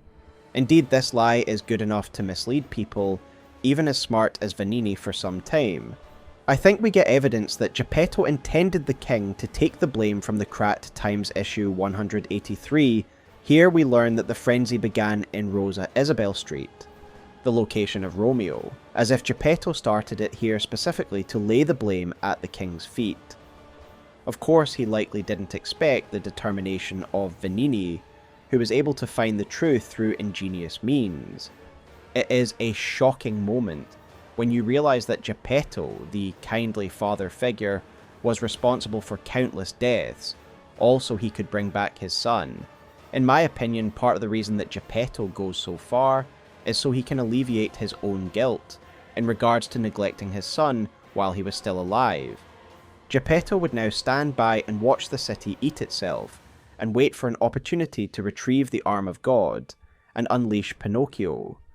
The period following the puppet frenzy's start would be known as the Krat disaster. The collapse of Krat wasn't an instant event, given newspapers were running contemporary to it, reporting on the events of the calamity to the citizens as it unfolded. Downtown Krat would become death row, as the violence spilled out from the king's court. In this time, we can assume that an alliance of good people banded together to halt the violence and the city's full collapse. Medoro, Alidoro, and Vanini, all mentioned in the former's journal as those who were trying to prevent the city's fall and expose the truth. The Alchemists would not take this disruption lying down, however, and in fact they would continue their experimentation and development of their formula. As we discussed earlier, the Arch Abbey would already have been built, or at least would be in the process of being built, the ultimate aim of it being to absorb the Ergo spores from the city for Simon's ascension. I believe he intended for the spread of Ergo to happen after his formula was distributed at the Grand Exhibition. The puppet frenzy certainly acted as a blocker to his plans, and we witness firsthand how effective Romeo was at containing the carcass infestation. It is only after Pinocchio begins to defeat Ergo powerful enemies, such as Fuoco, the Scrapped Watchman, and Andreas, that a significant flow of Ergo begins, and until then, it seems as though Simon was delayed. There is also evidence that the Alchemists actually laced the city's water with the disease and formula, thanks to a note found in the Hermit's Cave and the wording of Medoro's journal. In general, the petrification disease would spread from the slums of the city, hence we see quarantine zones popping up, right in the heart of Krat, with the disease eroding the population and the puppets pushing out from Rosa Isabel Street, we can imagine that it was only a matter of time until the city was close to being wiped out. It was also during the Fall of Krat that the Archbishop would finally regret his alliance with Alchemists, seeing them as the cause of Krat's fall and vowing to save the city. We learn from various NPCs that Andreas turned the cathedral into a sanctuary, to which people could flee to and escape from the violence of the city. He also acted against the Alchemists directly, and this is also something we learn from his journal. He sends his apostle, Cecile, to the island of Alchemists to retrieve the Arm of God. Impressively, she is able to do so, and she brings the powerful relic to the cathedral. This task might seem beyond that of a regular acolyte, given how inaccessible the Arch-Abbey is. However, there is more to Cecile than meets the eye. As she tells us in her final confession note, she was once a serial killer, who found penance and forgiveness in Andreas's service. With the arm in his possession, Andreas believed he could save the city, and thus he sought to use it upon himself. During this transformation, he fell into delusion, believing that he was the reincarnation of the one-winged angel itself. I wonder if this delusion guided the form the transformed Archbishop would take, as if he willed it while he was being transformed by the arm. Either way, the Archbishop loses his way and becomes nothing more than an Ergo-powered beast. The ones to suffer would be the refugees at the cathedral, who would fall to the carcass infection following the Archbishop's transformation. By the time we arrive there, it is one of the largest carcass nests in the city, and one of the largest concentrations of surviving citizens are lost. So while the Arm of God was responsible for the Archbishop's transformation, it wouldn't remain here. As we know, the arm was key to Geppetto's plans, and it is implied that he managed to retrieve it during Krat's collapse and secure it in his workshop train. If we return to Geppetto's workshop train at the end of the game and find the hidden portion of it, we can find the area where P was created, as is evidenced by a note left behind by Geppetto. In this cabin we also find another letter, a more recent one left to us by none other than Simon Manus. We only find this letter following our first meeting with Simon at the Grand Exhibition, and it is seemingly this meeting that finally allows him to retrieve the Arm of God. The letter reads the following: Dear Geppetto's puppet, who will come to this workshop train. I'm really thankful to you. A workshop train hidden by Geppetto. Isn't that something? If not you, how would I have found this place? Unfortunately for Geppetto, I have the ability to read someone's memories. In Malum District, I had a hunch. They thought that if they followed you, Geppetto's puppet, they'd find the relic he stole. And that hunch was right.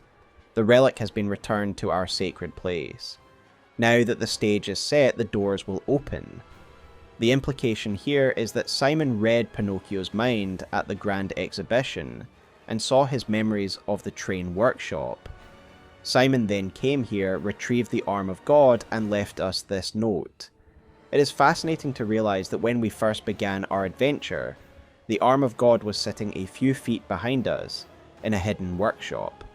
Additionally, Simon talks about agents of his following us in the Malum District, and I have to assume this is a reference to Fox and Cat. These two initially present themselves as allies to us, and while a sort of friendship can form, the two eventually reveal themselves as agents of the Alchemists by the end, being part of the group that attacks the hotel near the end of the game. Given they are with us during our journey through Malum District, it makes sense that they were doing this to essentially spy on Pinocchio. If this is true, then when did Geppetto retrieve the Arm of God from the Archbishop, given it was Cecile who took possession of it first? Well, there is a trailer for Lies of P that shows Geppetto coming to the cathedral, and I interpret this as him coming to retrieve the Arm of God, following the puppet frenzy and the collapse of Krat. For clarity, I suggest the Arm of God initially rested at the Arch-Abbey, then Cecile stole it, and gave it to Andreas. Then, following the city's collapse, Geppetto would steal it from the Abbey and place it in the workshop train. With that said, I want to now talk about a group of characters who were fighting to keep Krat alive during its fall.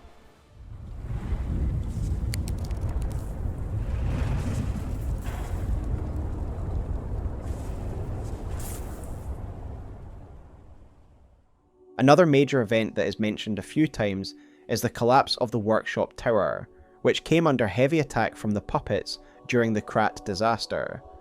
This is mentioned by a number of characters, and was likely one of the events that marked the true end of Krat. This is an event that Eugenie barely escapes, and only does so because of the sacrifice of Alidoro, who we will talk about shortly. Why would the puppets attack this tower? Gemini later comments on the scale of this attack, so why was it such a focus for the puppets? Gemini also tells us that this was the transport and distribution centre for the workshop, and perhaps this was the reason it was hit so hard. To clarify, Gemini is suggesting that the logistical importance this place provided in terms of infrastructure was why it was targeted, to cripple the Alchemists and the workshop. Indeed, when we later come to the tower ourselves, we can see that it is a major alchemist stronghold, not only showing the close relationship between the workshop and the Alchemists, but also how important this location would be to both organisations. I would therefore suggest that Geppetto had the puppets target this location to cripple his adversaries, and it certainly seems to have worked. Again, another example of Geppetto's disregard for collateral damage in achieving his goals. However, from this dark event is found an example of great heroism, in the form of Medoro and Alidoro. We briefly discussed Medoro earlier, and how he seemed to be aligned with those who wanted to prevent Krat's fall. During your journey through Krat, you will find various reports from Medoro, who is an investigative journalist for the Krat Times, and he seemed to be on a quest to expose the secrets of the Alchemists. We have already mentioned some of the Venigni landmark guides, where Medoro's tone comes across clearly as someone who challenges authority, and yet is also someone well connected to the likes of Venigni, Sophia, and Alidoro. The main report of importance is the one called A Foreigner's Confession. This was clearly meant to be a massive expose that would reveal Simon Manus' plans before they came to fruition. Medoro retrieves information from someone who used to be an alchemist, and uncovered Manus' plans and as such, left the organisation. The immediate question becomes, who could this be? It has to be an alchemist, but also one who is from over the sea, a foreign country, and one that has a strong moral code. I am not Alidoro, the Hound.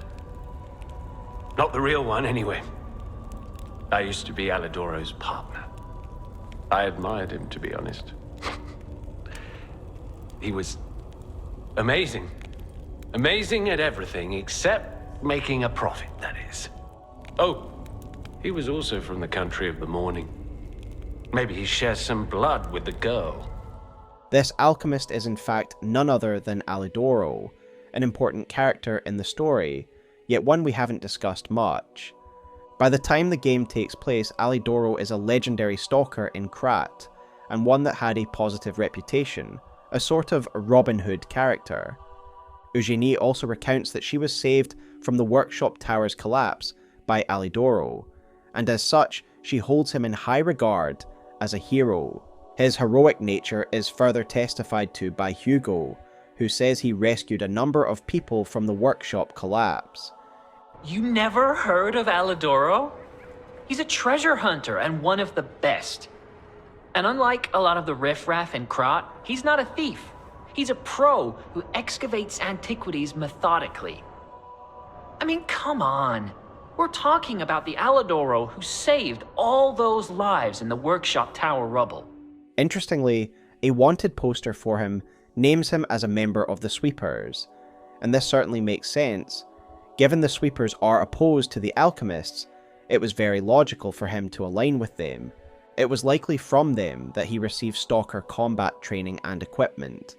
Even his attire is in keeping with the style of the Sweepers. Eugenie has lost her memory following this disaster, but even then she might not know the truth, that Alidoro was her brother. We learn all of this from a final letter that he left to his sister, which we only get after the final confrontation with the false Alidoro. In this letter he acknowledges Eugenie's memory loss and tells her the truth of their origins. They are from a land across the sea, and he eventually became involved with the Alchemists. Becoming disgusted at their experiments, he left behind his old identity and donned his new identity as Alidoro, clearly his attempt at righting the wrongs of Krat. He would work with his partner Parrot to steal artifacts from the rich, using the proceeds to provide for the poor, and in an attempt to undermine the Alchemists and expose them, he reached out to the reporter Medoro. They weren't just allies, they were friends, as is confirmed to us by Hugo, who met both of them. Alidoro and Medoro are friends. When I was hurt, he took me to Medoro, who was one of the first on the scene. Medoro is quite the medic. He saved me when the workshop tower fell. He clearly became close to Medoro, who he would work with to try and expose the dirty laundry of the Alchemists before it was too late. Given they were both at the workshop tower collapse, it seems as though they were both still active during the puppet frenzy, trying to do some good and save lives. However, Alidoro is actually dead by the time the game takes place, and the one we meet in-game is an imposter and old partner of his. Our suspicions arise when we realise that this new Alidoro is nowhere near as noble as the older stories of the wolf would suggest. We also find a wanted poster for Alidoro, implicating him in some fairly dark crimes. Hugo cannot believe this to be true, as the Alidoro he knew would never commit such acts. Additionally, some holes appear in his story. When we confront this imposter with the wanted poster, he blames Medoro, calling him a tabloid journalist who would slander anyone if it fit his agenda. Again, this doesn't fit with what we know of Medoro. He seems to be a fairly moral figure, and Hugo is puzzled by this response as well. There's gotta be a logical explanation. The Alidoro I admire would never talk about a friend like that. The final clue is a physical one. When Alidoro saved Eugenie from the workshop collapse, he lost a finger, a detail that Eugenie remembers keenly, and to say thank you, she very thoughtfully stitches a custom glove that accounts for the missing finger. When we give this gift to the imposter, he spurns it and angrily wonders why there is a finger missing, outright confirming this is not the true Alidoro. Later on, this imposter reveals his true duplicitous nature when he betrays the hotel to help the Alchemist's other agents attack the hotel and kidnap Geppetto. He confesses to being Alidoro's old partner called Parrot, and they fell out because Parrot betrayed Alidoro's creed by selling antiques for profit. But he didn't need to cut me off just because I sold some antiques. I mean, what's a few antiques when you've got bills to pay? We argued. One thing led to another, and I had to kill him. And stealing his identity was the logical next step. My original code name is Parrot, after all. Fitting, isn't it? Parrot then killed Alidoro, stole his identity, and tarnished his good name by committing heinous crimes. Pinocchio can decide his fate near the end of the game, but ultimately the damage has been done by this rogue, no matter if you kill or spare him. I'm sure Alidoro's death was a blow for Medoro, and his alliance with some of the better people of Krat would eventually crumble. Hugo seems to have tracked Alidoro's path to Hermit's Cave, and for good reason, as this seems to have once been the secret base of Medoro, or at least his final hiding spot. We know this because this is where we find his final journal, in a small shack within the cave.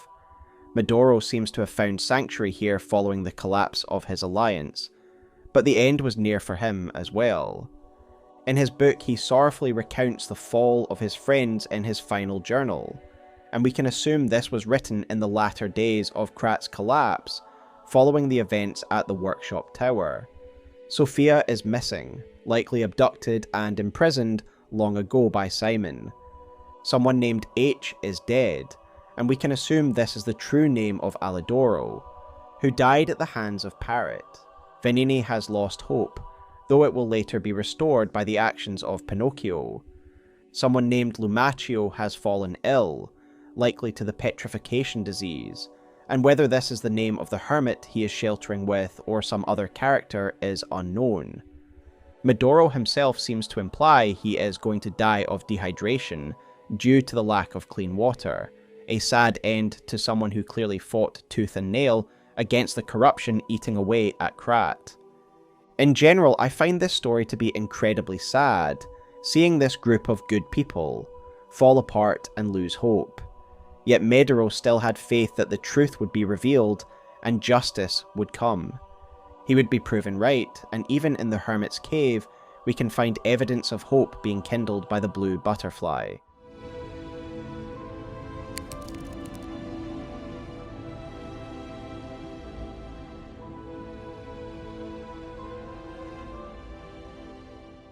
Throughout our journey as Pinocchio, we are guided and assisted by Sophia Monad. She is the one who awakes us at the beginning of the game, and guides us to the safety of Hotel Krat. From there she guides and empowers us, using her command over Ergo to level us up and rewind time. The Sophia that we see through most of the game is a projection, and her true body lies separate at the Abbey of the Alchemists. It is from here that she would begin reaching out through Ergo to find her saviour, to find Geppetto's puppet, deeper into Hermit's Cave, past where we find the Journal of Medoro. We find an advanced Carcass who can still speak in a human tongue. I speculate that this character is the Hermit himself, given we find him in the deepest part of the cave, likely his home. It is interesting that he has still retained some sentience in his Carcass form, as there is further evidence of him retaining his humanity during his transformation. Throughout the cave we can find various notes, which seem to document the Hermit's thoughts as he transforms. The first is one we've already seen, where he notes the water has been laced with the Carcass infection and he has drunk it. This would of course expose him to Ergo, and following this it would seem as though someone would reach out to him. The Blue Fairy. This fairy seems to ask the Hermit for help, to free her from her prison of time. The fairy also seemingly mentions a boy to the Hermit, suggesting she is searching through all of time for him. This is of course Sophia, and it is absolutely fascinating that she seems to have communicated to others before finding Pinocchio. Even more fascinating is the final note in the cave, which seems to be the Hermit passing on a message from the Blue Fairy to Pinocchio. It is as if she knew that Pinocchio would eventually pass through this place at this time, given the message is more relevant to the events near the end of the game. Near the end of the game we learn the truth of Sophia, that the version of her we see in the hotel is a projection, no doubt showing herself via Ergo wavelengths.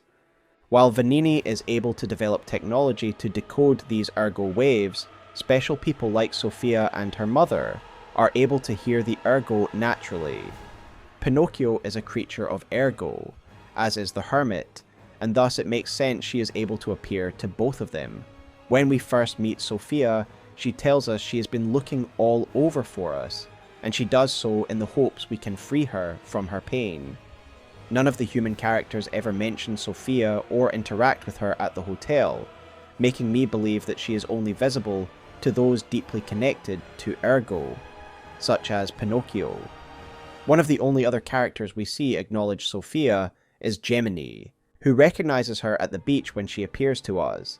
Her dialogues with the Hermit suggest that she was searching everywhere for Pinocchio, likely communicating with the Hermit, because he was one of the strongest Ergo sources she could locate. Sophia's powers extend far beyond communication. As a loading screen tells us, as soon as her power to hear Ergo voices awakened, she caused an unexpected change that transcended time. Sophia explains that the petrification disease traps its victims in a state beyond time, and it is this attribute that she taps into to control time. The petrification disease freezes time and memory within the afflicted body. Ergo is the purified essence of that life, trapped by the petrification disease.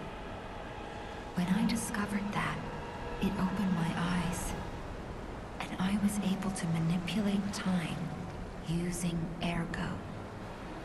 Simon, on the other hand, is trying to use my power to fuel his ambition. I wound back your time to protect you, so you could stand against him. It is this incredible ability the Simon wanted, combined with his obsessive love for her, and you can begin to understand why her fate was never going to be a good one. Knowing the truth of people's minds is a curse. I would not have been able to bear it if it weren't for Sophia. Her pure heart was a tonic for my pain. That's why I wanted her. I did.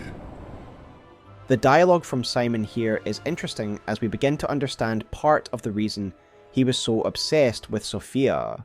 Remember earlier we discussed how his ability to read minds caused him great distress, for he could see the lies behind every smile. Well, Sophia was a tonic to this, because she was so pure of heart. There were no lies in her, no pretense, only true, unadulterated kindness. I imagine reading a mind as pure as this, after years of seeing constant lies, would feel like a relief. Combined with him desiring her power, his desire to possess her was clearly overwhelming. Look no further than her locket of hair in his cane, and the paintings he keeps of her, to realize she was never going to escape his grasp. Not without help, anyway. Her mutilated body must be explained by Simon experimenting on her, so he could try and claim her power for his own. In terms of a timeline, Sophia seems to have been imprisoned for a long time, likely ever since her father first died. We noted earlier that Simon was identified as the doctor who first spread the carcass disease in the slums, and at this time he already had her blue hair in his cane. In the course of this experimentation, Sophia is brutalized, her physical form mutilated, warped by the effects of the alchemist formula. Sophia describes it to us as having her soul shattered into many pieces, and her body is separated from her spirit. I became his tool a long time ago. I have endured such pain. My soul split into pieces. Truth is, I guided you this far not to save Krat, but to save me. I felt guilty about that, but I was so elated when you answered my call. Despite it all, I thank you. My spirit and my body have lived apart for too long. Perhaps in death, they will reunite in peace. I take this to mean that she essentially has left her body, and her consciousness more or less exists within the Ergo. Using her strong connection to Ergo, she eventually finds the boy Pinocchio, seeing him as her chance to escape her current fate. Sophia's power can be seen everywhere in our journey, as we can see her blue butterfly manifesting around objects of interest such as stargazers and dropped Ergo. The butterfly seems to have been the aesthetic she has chosen as her symbol, seemingly because she loved butterflies. Her connection to Pinocchio is deep, and while she admits to helping the puppet so that he can free her from her pain, she does clearly care about him, a fact spitefully thrown in our face by a jealous Simon Manus. While Pinocchio is powerful, it is Sophia that really gives him the power to overcome some of the godlike forms the alchemists take by the end of the game. Firstly, she is able to use the Ergo Pinocchio has absorbed to further strengthen him, but perhaps more significantly, she can rewind the many deaths of Pinocchio, which is why you see the clock wind backwards every time you die. This is our true power. We get unlimited second chances. I imagine most people would not notice it, but Simon Manus is able to, whether that is through his ability to see P's memories, or because by the time we face him, he is so suffused with Ergo that he would be able to perceive the winding back of time. So, it comes to this. The Blue Fairy, Sophia, decides the winner. Truly, I envy you. The puppet, my Sophia, keeps turning back time to save. Is it her sense of duty, or her contempt for me? Or does she truly care for you? He recognizes that we have fought many times, and he defeated us, but Pinocchio was given unlimited chances to finally put Simon down. Once again, it is Simon's actions that lead to his demise, a karmic response to his cruelty and wanton disregard of other people's lives. It was his actions that led to Geppetto creating Pinocchio, and it was his treatment of Sophia that drove her to give Pinocchio the power he needed to defeat Simon.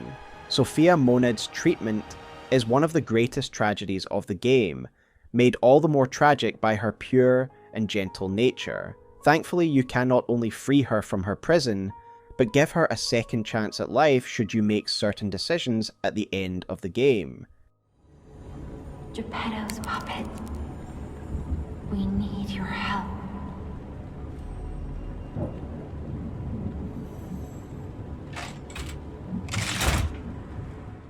Sophia is horrified by Simon's vision for the future, and desperately wishes to be free from her physical body.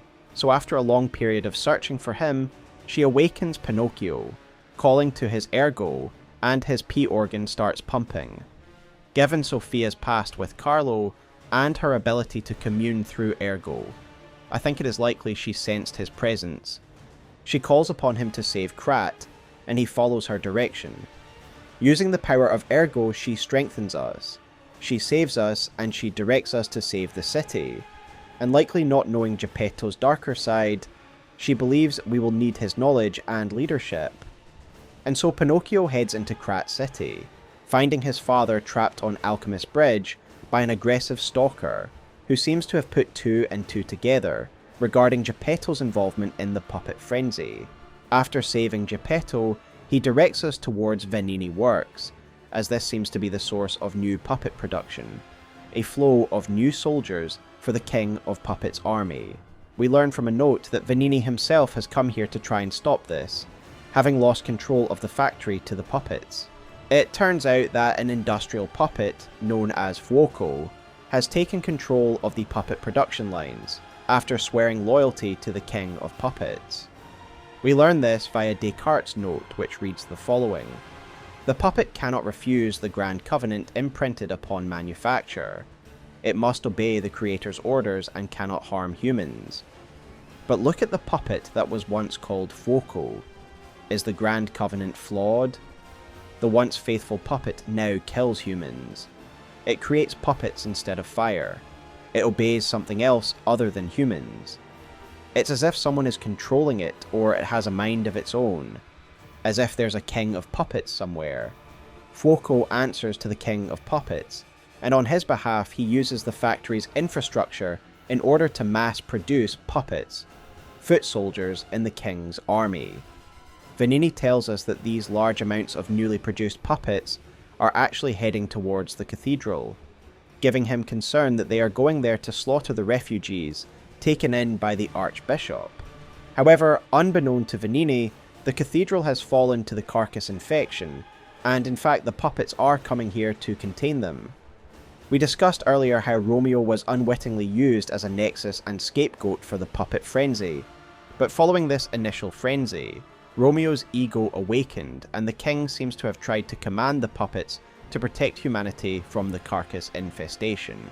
After all, Romeo did become a puppet with the intent to do good, so it tracks that he would do all in his power to do so, despite Geppetto's evil intent.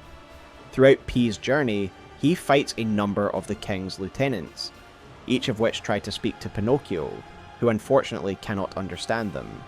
We already know that Ergo waves can be used for communication, for the people trapped within it, and when Romeo's ego awakens, he is able to use these wavelengths to communicate to all puppets, and bend them to his will. Romeo, then sensing his old friend within the Ergo, attempts to communicate to Carlo via these wavelengths as well. In this, he explains his actions. Carlo, I hope you can hear me. I'm Romeo. We grew up together in the Monad Charity House. Remember? We're best friends. I'm doing what I can to fend off both the petrification disease and the Alchemists. My puppets and I are taking a stand against death itself. He is in fact directing puppets to save humans and contain the carcass threat. making sense of why so many puppets were marching from the factory to the cathedral, given the latter is the biggest nest in the city. Indeed, in New Game Plus, we are able to understand puppet speech, and when we approach the cathedral, we can witness puppets battling carcasses.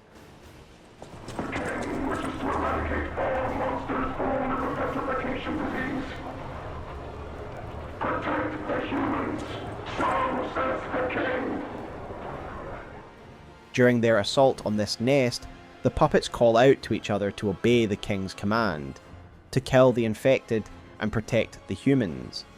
Unfortunately, Pinocchio cannot understand these dialogues, nor does he receive the Ergo wavelengths from the king of puppets.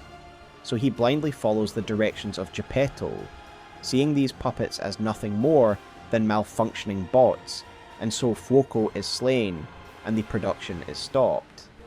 Pulcinella and Vanini are also saved from the factory, and returned to the sanctuary of the hotel. With the flow of puppets reduced, we then head to the cathedral.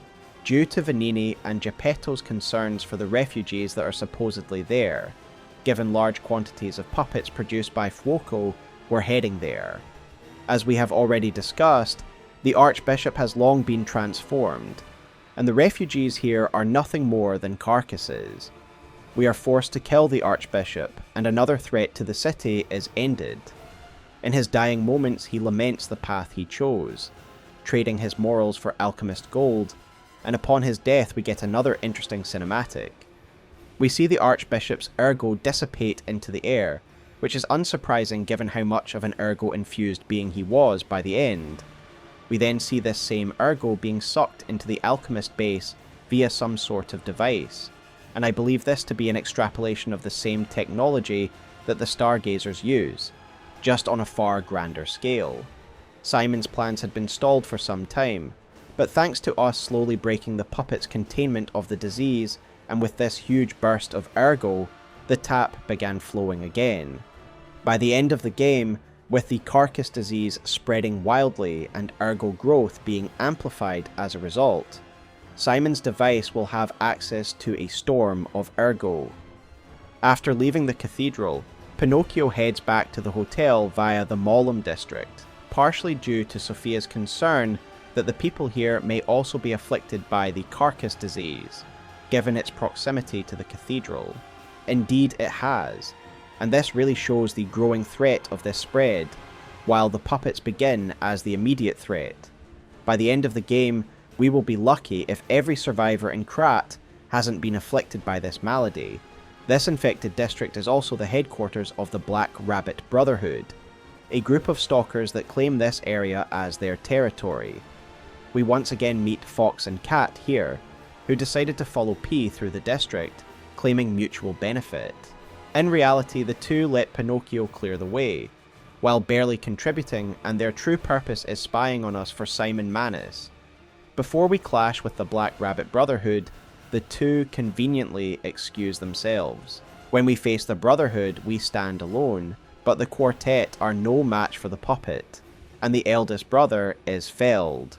His body is taken away, and the Brotherhood swear revenge, but we are able to safely pass through their headquarters. By reading through their journals and ledgers, we learn that these stalkers are also working for the Alchemists, gathering Ergo and gold coin fruit for them.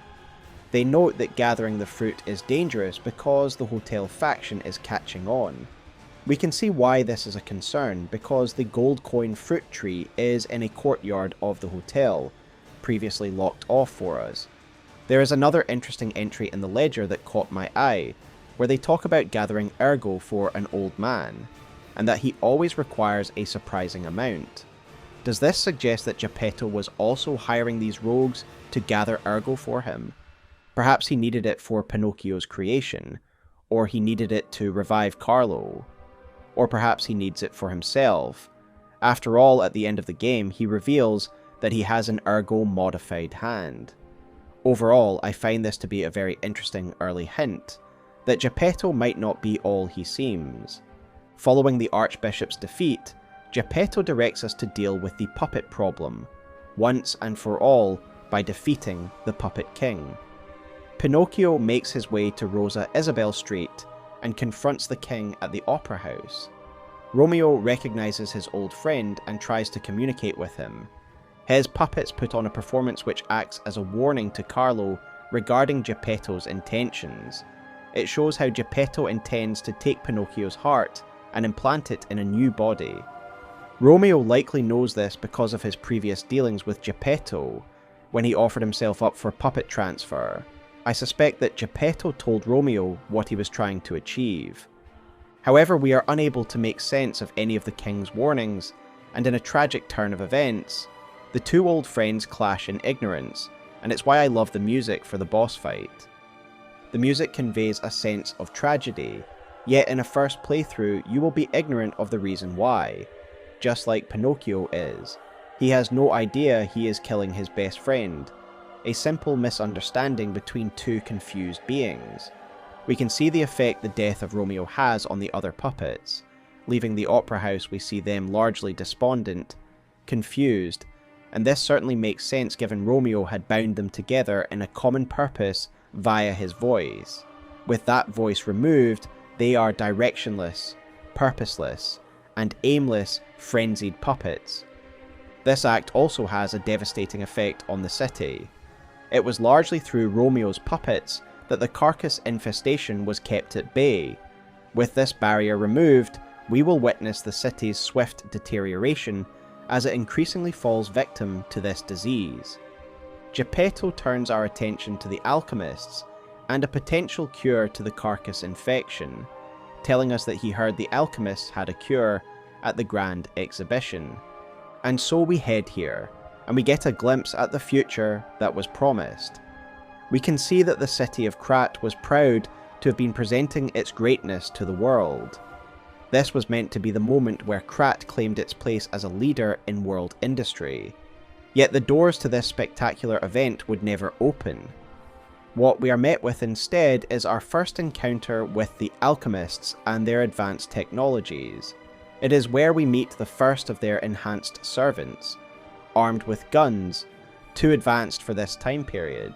Additionally, this is where we have our confrontation with Victor and Simon Manus. This is likely where Simon accessed P's memories and found out about the train workshop, and it's where we learn about Simon's cure. We learn that rather than it being a cure in the normative sense, it is instead a formula meant to modify the effects of the petrification disease and elevate humanity to the next level. Victor is an impressive and dangerous specimen. However, we are able to overcome him, and because of his failure, he is executed by Laxasia herself. We are then treated to a very cordial conversation with Simon Manus himself, who calmly explains his deranged plan for human evolution. The conversation ends with Simon inviting us to the island of the Alchemists, though he doesn't give us much direction on how to get there. We know that during this time, Simon would return to the Krat train station to retrieve the Arm of God from the secret train workshop. Meanwhile, Pinocchio asks his people for directions to the Isle of Alchemists. Vanini tells us of a secret transport project he was asked to complete for the Alchemists, a prototype submarine. He knows this vessel was to occupy a secret dock that the Alchemists had underground. However, he himself was not privy to the exact location of this dock. However, he believes it is connected to the hotel, and suggests we speak to Antonia. When we ask Antonia about the passage to the island, she tells us that the hotel once worked with the Alchemists, and thus the passage was connected to this very building. However, she tells us that the passage can only be opened from the Alchemist side, and thus we cannot do anything further for now. In the meantime, Vanini directs us towards fueling the submarine, which requires golden Ergo specifically, and Vanini believes we can find some at the barren swamp. There is good reason to believe so, as this abandoned region of Krat is the dumping ground for puppets. Thus it is a place where Ergo accumulates, and Pinocchio does indeed find some golden Ergo on a scrapped watchman deep inside the swamp. But this is dangerous territory manned by malfunctioning puppets. However, most frighteningly is the great monster that lies at the heart of the swamp, the green monster of the swamp. We learn a little about this beast via a sentry's journal. from the perspective of someone who was previously sent to investigate it. Their conclusion is that this beast is the fault of the Alchemists, a byproduct of their dumping of Ergo-related waste. Its Ergo also describes it as a puppet devourer, and the journal tells us it sucks Ergo from discarded puppets. My assumption is that this creature was once a frog or other creature that lived in the swamp, but has consumed so much discarded Ergo that it has grown monstrous. Whatever its origins, it is guarding the golden Ergo, like a crow guards its trinkets, and so we must defeat it. With the golden Ergo in hand, we make our next move and we head to the workshop tower near the train station, in the hopes that we can find an alchemist there who will be willing to open the passage at the hotel. While in the swamp, we hear a large tremor coming from the train station, and Sophia warns us that there was an Ergo amplification event coming from the station.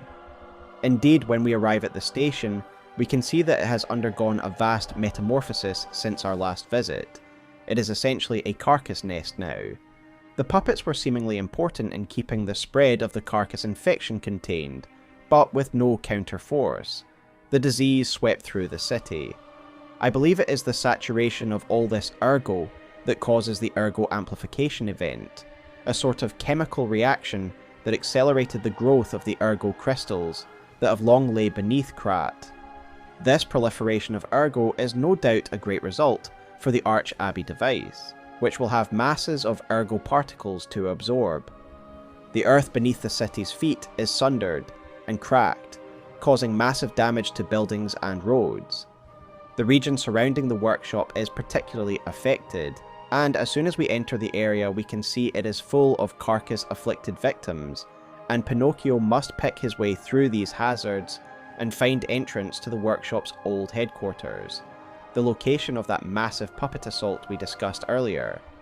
When inside the tower, we find that it is fully occupied by the Alchemists, all of them enhanced people who likely would overcome any human attacker. None of these are likely to cooperate with us, and yet we must make sure. At the top is one of the Alchemist's most potent, yet unstable creations, the Walker of Illusions. The exact nature of their power is unclear, but what is apparent is that their condition causes them great pain, though their visual design certainly implies that their brain has been enhanced in some way by Ergo. This would explain both their impressive abilities and the great pain they are in. This being is able to move at extraordinary speeds, as well as create illusionary copies of herself. Ultimately, we overcome this dangerous creature, and unfortunately conclude that there are no ranking alchemists to be found here. Upon leaving the tower, however, we are contacted by Sophia, who is only able to tell us that the hotel is under attack and we need to return. She is interrupted by Simon Manus, who is somehow able to hijack our communication via Ergo waves. Communication through Ergo. An interesting parlor trick. Quite the performance, Geppetto. But your lies will be useless in the new world. The world of truth. But you are worth studying in the meantime. It is unclear how he has managed to do this, but it could be that he has already begun his transformation at this stage, and he is thus suffused with Ergo and connected to it. Upon returning to the hotel, we find that it has been attacked by Stalkers we know all too well, the Black Rabbit Brotherhood, the Fox and the Cat, and Alidoro. Together they rushed into the hotel, trashed it and seized Geppetto under the orders of Simon Manus. The other residents were able to barricade themselves, but sadly, Geppetto was taken. We know this was a plan that was long in the making, as we can hear Alidoro considering their plan at the swamp, and we can read in the Black Rabbit's ledger that they had been offered this job for some time. No doubt Simon wants to take Geppetto off the field because he is the only one capable of stopping them. The kidnap of Geppetto causes Pinocchio to learn a very human emotion: anger. Anger at the betrayal of some of his friends, and anger at the Alchemists for targeting his father. It is at this stage that Antonia reveals to Pinocchio how to open the passage to the Alchemists' underground dock. Whether she was lying before to protect us, or she only learned by watching the Stalkers, is up for debate. Either way, we are finally able to gain access to the relic of Trismegistus, the original mine of Ergo that has existed underneath Krat for a long time. We even see evidence of an older civilization down here that could well be contemporary to the story of the Knight or Saint Frangelico. We also find evidence of the Alchemists' mining operations here, with puppets tooled up with pickaxes and other tools. It is worth acknowledging that it is likely safer that puppets do this, as we once know it was humans who did this mining work, and it was they who first contracted the petrification disease. However, before we are able to access the dock, we are once again confronted by the remains of the Black Rabbit Brotherhood, who attempt to take revenge for their eldest, who lies nearby in his casket. As we slay them, the eldest brother erupts from his coffin, having been resurrected by alchemist science, no doubt the reason the Brotherhood agreed to take this final job in the first place. However, Pinocchio has already dealt with a number of Ergo-enhanced individuals by now, and the eldest is still no match for him. The Brotherhood finally falls silent. Not far beyond, we finally come face to face with the false Alidoro, who begs for his life and explains that he only agreed to the betrayal because the alchemists promised him passage out of Krat. He also admits that which we have long suspected, that he isn't the real Alidoro, and it is up to you whether you spare him or not. With his fate decided, we are able to power up the submarine and finally make the journey to the Isle of the Alchemists, and Pinocchio will face Simon and his destiny.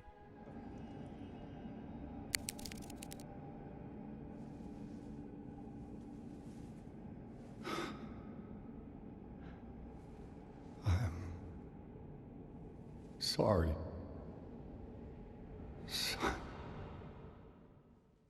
Before we discuss the final confrontation against the Alchemists, we need to discuss a subject I have largely skipped over, and that is the nature of Pinocchio himself. This is an important element to dissect now, because his decisions directly determine how this story ends. It should be apparent that Pinocchio is no ordinary puppet. Indeed, the mass-produced puppets look downright crude in comparison to his refined design. Basic puppets are so obviously artificial, and yet P is well made that he looks completely human. Indeed, many people we meet in our journey mistake us to be a human stalker, not recognizing that we are artificially made.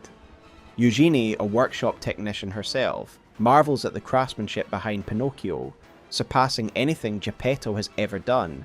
In addition to the aesthetics, Pinocchio is very advanced in terms of movement and combat abilities. Later on, Geppetto claims to regret that his son has to commit such violence, yet it is clear that he created Pinocchio with violence in mind, as is evident by the incredible feats we are able to perform in-game. In addition, Geppetto chose to arm Pinocchio with a Legion arm, a finely crafted tool that gives the puppet even more advantages over his opponents. All in all, Pinocchio is the pinnacle work of a master craftsman, and the only being that is a match for the enhanced godlike abilities of the Alchemists. I made it clear that Pinocchio couldn't have succeeded without Sophia, but make no mistake. He is a deadly weapon. That is the only match for Simon and his lieutenants. This is the surface level analysis of Pinocchio, and in essence Geppetto viewed him only as a tool, a stepping stone to bring back his son, a temporary vessel for Carlo that he would indeed treat with kindness, but wouldn't hesitate to discard when Carlo's return was nigh. To this end, Pinocchio is designed to kill Geppetto's enemies, and absorb enough Ergo to power the transformation. However, another role that the puppet was meant to play was the awakening of Carlo's ego. Of course, Geppetto has sculpted his form to mimic that of his late son, the only difference being his Ergo blue eyes and some freckles. This is likely part of Geppetto's plan to make sure Carlo's ego awakens, as he is more likely to remember who he is, while being in a familiar body with a familiar countenance. Geppetto also made Pinocchio unique in another way. He excluded him from the Grand Covenant. He is a special puppet who is thus able to lie and kill without restriction. Whilst this would risk Geppetto's control over the puppet, he saw it as a necessary risk to allow Carlo's personality to come to the fore. Otherwise it would just be a puppet, without the human element.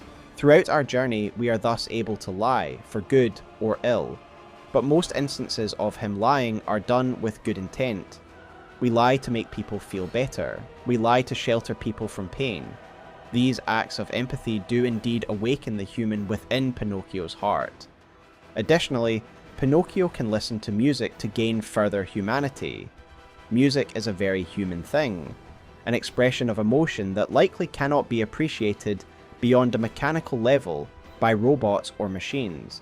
The fact that it affects Pinocchio so speaks volumes. Whenever you act human in-game, you get one of 4 messages on screen, which are meant to represent Carlo's ego awakening. The first is, your springs are reacting, likely representing the Ergo awakening and interacting with the mechanical elements within Pinocchio. The second is, the Ergo is whispering, no doubt representing Carlo's voice within the Ergo starting to be heard. The third and fourth are, you feel warmth, and your heart is pounding, respectively. Both of these clearly represent the fact that Pinocchio is beginning to feel emotion, much as any human would. Indeed, throughout the game, Pinocchio will learn and feel certain emotions, showing he has evolved far beyond a mindless, mechanical puppet. One of the most pivotal moments for me, personally, is when Geppetto is kidnapped from the hotel. Upon discovering this fact, Pinocchio learns the angry emotion all by himself. He literally experiences this very human emotion on his own. However, his Ergo awakening has more of an effect than even Geppetto foresaw, as it is seemingly transforming him into a biological being. The first sign of this comes when P reaches a certain level of humanity, and begins to grow longer hair. Oh my. This is a change I didn't expect. Did the King of Puppets get you? Or some other ruffians? I'm glad you're growing, but I'm not sure what to make of this. Our appearance can further be altered, our hair turning white, as a result of the grief of Sophia's death. In the end, Pinocchio can even shed tears at the death of his father, who finally realizes that his son has returned, just not in the way he imagined. Being able to shed tears is a biological function, and it is clear that even genius minds like Vanini, Geppetto, and Simon do not fully understand Ergo and its effects. I think Sophia's letter, after her resurrection as a puppet, best verbalizes this new form of life. Thank you for giving me a new life. The fact that an Ergo puppet can have a second life and become another kind of human requires more time for people to find out about it. All of these possibilities depend upon your actions and choices. Pinocchio can instead act more puppet-like, refusing to lie and refusing to engage with any emotion, being the good boy Geppetto envisaged.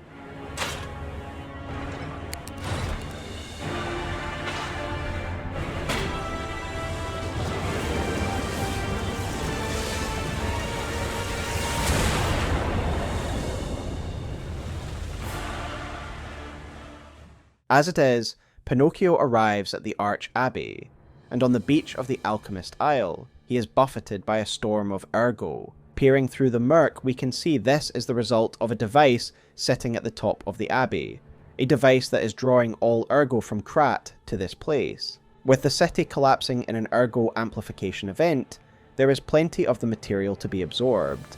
Simon's ascension is nigh, and Pinocchio needs to hurry.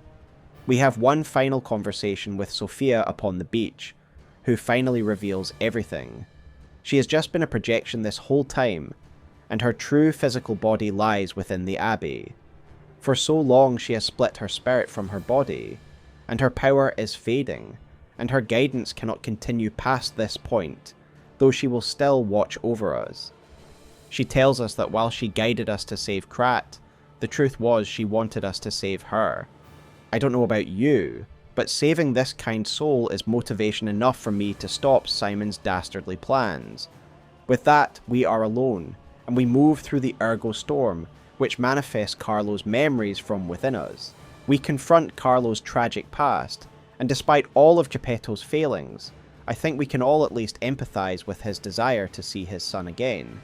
Before Pinocchio is even able to enter the Arch Abbey, he has a major challenge ahead of him: the Door Guardian, clearly the result of similar experimentation that Victor went through. When we finally put this Titan down, it drops the high-level Alchemist badge, which gives us access through the blocked doorways. Interestingly, the item description implies that this beast was once a high-ranking member of the Alchemists himself. Indeed, in the deeper reaches of the Abbey, you will come face to face with numerous alchemists, who have all been enhanced, rabid acolytes of Simon Manus, who have traded their humanity for power. In a way, it makes me sad to see that this is all that is left of the Alchemists, a once proud order of intellects and scientists, reduced to rabid, freakish experiments, all in the belief that this is somehow a greater form of life. The Abbey is nothing short of a fortress, and a conventional army would struggle to breach it, as it is filled with monstrous carcass creations, augmented alchemists and advanced weaponry. It is a testament to Pinocchio's skill and power that he is able to crack these outer defences. Nonetheless, he does, and he makes it through the outer wall, and on a bridge between the outer and inner parts of the Abbey, he faces his greatest challenge yet: Laxasia the Complete, the sworn sword of Simon. Two godlike beings clash here under Ergo-tainted skies, with the perfected power of Laxasia meeting the swift blade of Pinocchio. Laxasia not only loves Simon, she worships him, and she is ready to put everything on the line for him. After taking some strong blows from the puppet, she sheds her armor and reveals her true power. Her sword acts as a lightning conductor, and her body is able to manipulate the power of the storm, bombarding Pinocchio with bolts of lightning, and giving her inhuman movement. However, as we know, Pinocchio cannot possibly lose, thanks to the power of Sophia, and in the end Laxasia, the perfect human, falls to the puppet, and with her last breath declares her love for Simon. Whilst this is a breathtaking victory, a heartbreaking scene awaits Pinocchio in the room beyond, Sophia's room. We finally see the tragic form she has been reduced to, and she begs us to give her peace from this tortured existence.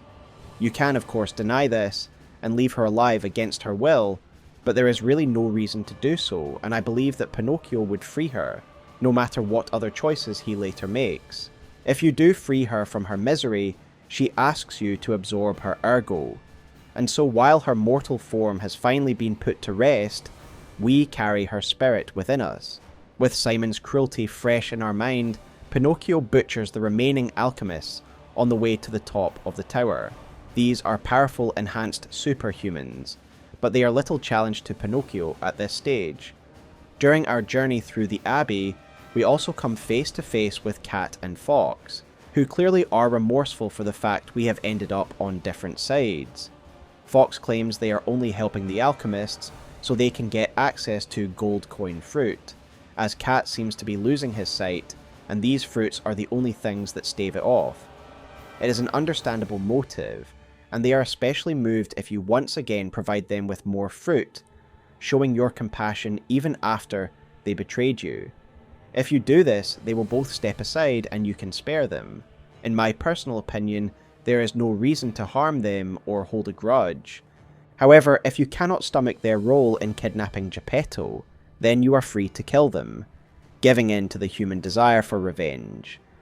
Either way, you will finally find your father, imprisoned but unharmed, and he apologizes to Pinocchio for all the violence he has asked him to inflict. However, he does ask us to undertake one final battle. Simon Manus has used the arm of God, and vast amounts of Ergo gathered here to ascend to godhood. Simon Manus must be stopped, and on that one issue I find myself agreeing with Geppetto. Our reckoning with our father can wait. There is a sort of black miasma found in the inner tower, which is referred to as the Abyss, and it seems as though this is essentially an Ergo phenomena, brought about by the saturation of Ergo found here.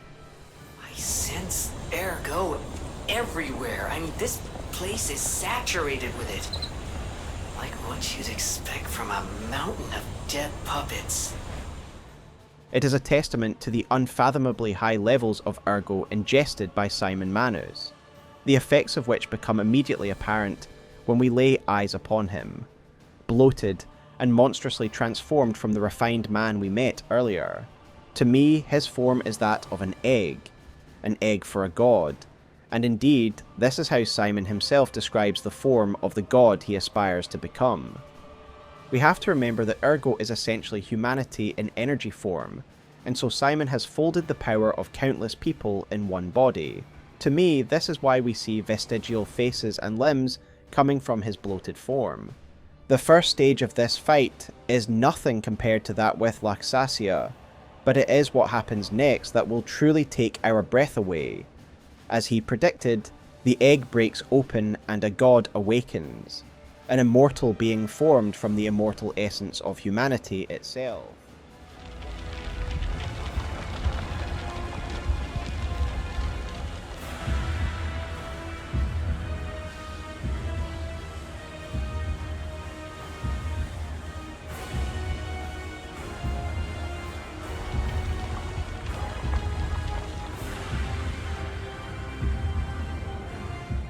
What happens here is up to interpretation, given we get no explanation from Simon himself, nor any item descriptions, but I will give you my speculation. I believe the god form on Simon's back is the arm of God, hence it is one blue arm, and it is essentially fused to Simon's body via the massive amounts of Ergo. Simon and his followers believe they are resurrecting the god that was torn apart, the one-winged angel of Krat. Thus I believe that whatever is left of this being in its arm is fused with Simon Manus, and thus his plan has somewhat succeeded. Because it is such a vessel for Ergo, it is able to manipulate its power to degrees never seen before. It surrounds us in a barrier of Ergo, and seemingly pierces the veil to reach the cosmos beyond, making contact with a giant hand that further empowers it. Given this scene is clearly recreating Michelangelo's creation of Adam, the implication is that this hand that reaches down is equivalent to the hand of God. But what God? I believe that this large hand that comes from above has to be related to the one-winged angel, whose power Simon has now tapped into. The first possibility is that by using this relic of the long-dead god, he is able to make contact with the angel's remnant, that still persists within Ergo despite the destruction of its physical form. Given the angel was the being who bestowed Ergo upon humans, I believe that this is its natural state, and that it is a being of pure Ergo. Indeed, there is a certain dialogue from Sophia that hints that this god may still exist within the Ergo. I've always wondered why I'm a listener. Why this power came to me, in this time and place. But now I understand. Ergo reached out, wanting someone to hear it was once human. Or maybe it wanted someone to remember it. Perhaps a god or an angel. Who knows? The battle against Simon is not an easy one, but with the power of Sophia, it is only a matter of time until Pinocchio wins out. Simon is defeated. The arm of God is ours, and he gives us one final warning regarding Geppetto. It's fine if I'm gone, but be warned. Watch out for Geppetto.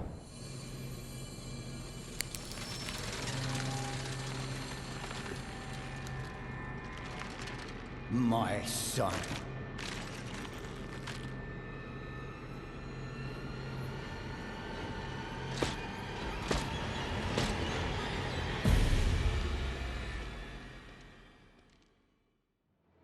With a knot in our stomach and Simon's words ringing in our ears, we descend into the depths of the Arch Abbey to meet our father. The alchemists are defeated, and yet one can't shake the feeling that this isn't over. Before Pinocchio came here, he and Vanini had discovered the terrible truth. Geppetto was the one who instructed the puppet frenzy, yet all this time he has feigned ignorance to us, and lay the blame at the feet of the Alchemists and the King of Puppets. He has lied to our face and hidden his true agenda, hiding it behind the kindly face of a father. So much blood is on his hands, so many good people hurt and betrayed, just to give Carlo a second chance at life. When we come to the Abyss, Geppetto finally reveals his plan, and that is his plan to revive Carlo in flesh and blood. We have all the ingredients we need. I dreamed of this day for so long. The moment you'd come back to life. You can be human again by using that vast supply of Ergo and the arm of God. I just need the final ingredient. The one that holds your memories and your lifespan. Your heart. If you give me your heart, all these trials and tribulations will be over. You have been a brilliant and a good boy. As your reward, I shall turn you into a real boy. What is telling here is that Geppetto is so blinded by his own schemes that he doesn't notice that his son already stands before him, as is the case should you choose the full humanity route. Indeed, in the final battle, Geppetto's dialogue is quite revealing of his true attitude towards Pinocchio, that he is a useful puppet but not his son. At this stage in the game, there are 3 endings, all of which reflect Pinocchio's choices throughout the game. If Pinocchio has not obtained enough humanity, and has merely operated as an obedient puppet, he will do as his father asks and hand over his heart. With the fully charged P-organ and the arm of God, Geppetto resurrects his son via the nameless puppet. In this ending, your endgame model will be entirely replaced with that of Carlo, showing that Pinocchio has been fully discarded. This Carlo has his original brown eyes, and on the surface it seems as though Geppetto has been completely successful. However, while this is definitely Carlo physically and spiritually, something is different and unsettling about this boy. Following their return to the hotel, we witness a brutal scene, where Carlo brutally murders all remaining residents of the hotel, including Eugenie, Pulcinella and Vanini, seemingly on the orders of his father. It isn't too difficult to guess why Geppetto ordered this execution. Vanini had recently discovered the truth of Geppetto's involvement in the Krat disaster. Should this information come to life, Geppetto would not get to live his renewed life with his son, and so in his mind they had to be eliminated. The fact he so callously orders the death of his old friends shows how far Geppetto has fallen down the rabbit hole. The first death of his son clearly broke him, and instead of facing his own guilt and regret regarding how he neglected his son in life, he would rather burn the world to the ground to bring him back. More disturbingly, Carlo does this with a smile on his face, as if he is vacant or obedient to Geppetto, quite puppet-like behaviours. Given Carlo was resurrected from the nameless puppet, it is likely that he is something between human and puppet. After all, we can see that the nameless puppet seems to be a cyborg, a puppet made from flesh.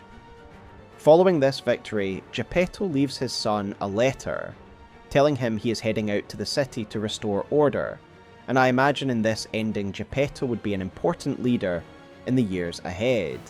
Unsurprisingly, he has become an overprotective father, and requests that Carlo stay inside, to avoid him ever coming to harm again. In a macabre act, Geppetto replaces his murdered companions with puppet replacements who are completely loyal to Master Carlo. It is a harrowing ending, one where Geppetto wins and never faces a reckoning for his crimes.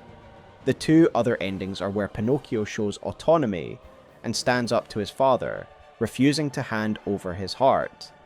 Both of these require a certain level of humanity, representing the individuality that Pinocchio has developed. In the free from the puppet string ending, Pinocchio has not quite gone through the full human transformation we earlier described, but has developed enough autonomy to refuse Geppetto's commands. In the Rise of P ending, Pinocchio has fully transformed into an almost human being, complete with his white hair, In both cases, Pinocchio refuses his father, because he himself is already a sentient being, who will not give up his life so easily, especially not to someone who has lied to them so consistently. Angered by this refusal, Geppetto vows to claim the heart himself, and he reveals the nameless puppet, the angry and dangerous corpse of Carlo, controlled by his father. Geppetto commands the puppet to destroy Pinocchio, but leave the heart intact.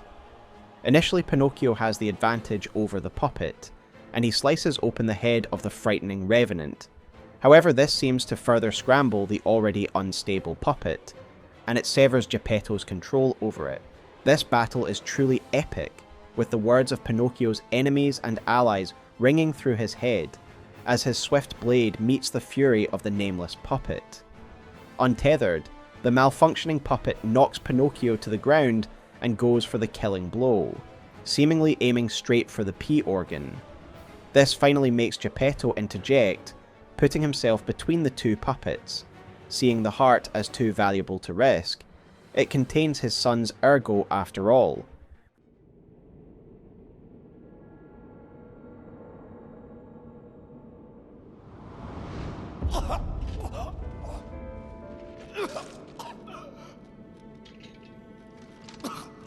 Were you going to destroy Carlo's heart? With the sword embedded in Geppetto's chest and the nameless puppet halted, Pinocchio barely misses a beat. He stands up, winds back his legion arm, and punches out the heart of the nameless puppet.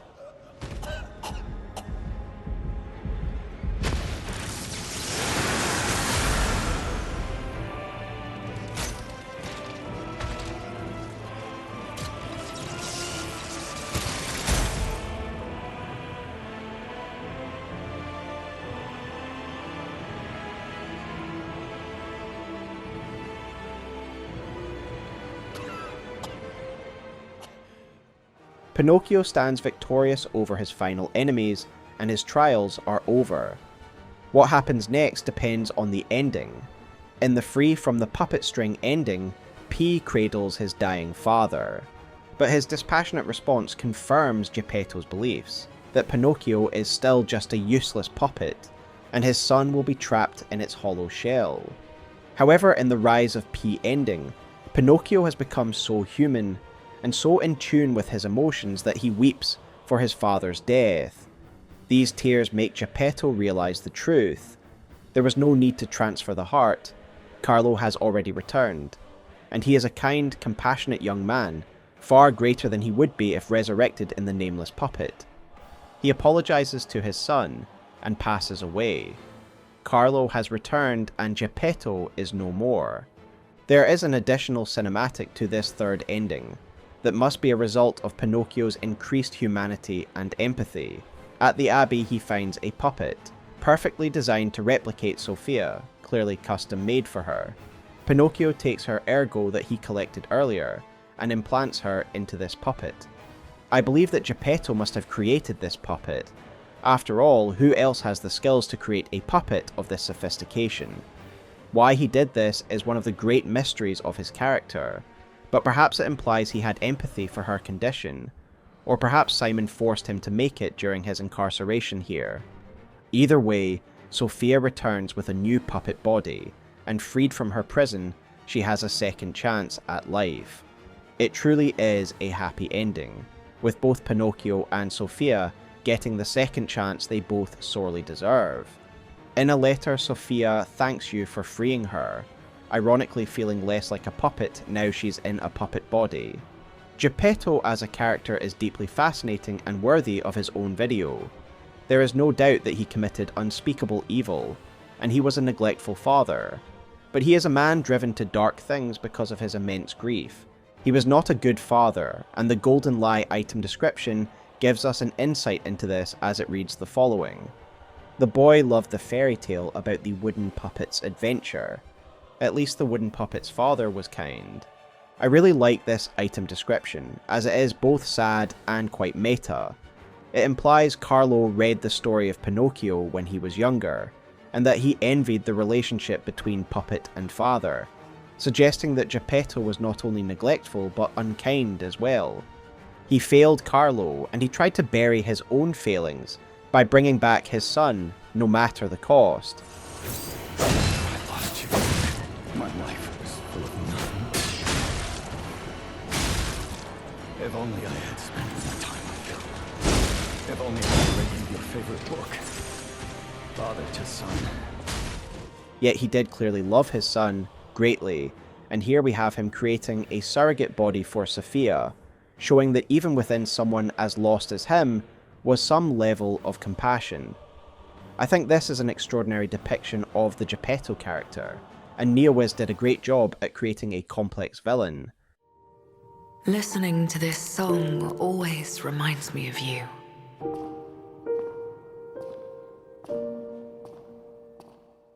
So now that we have summarised the main events of the base game, I would like to briefly speculate and dissect the information we have about the DLC and perhaps predict where the story might go.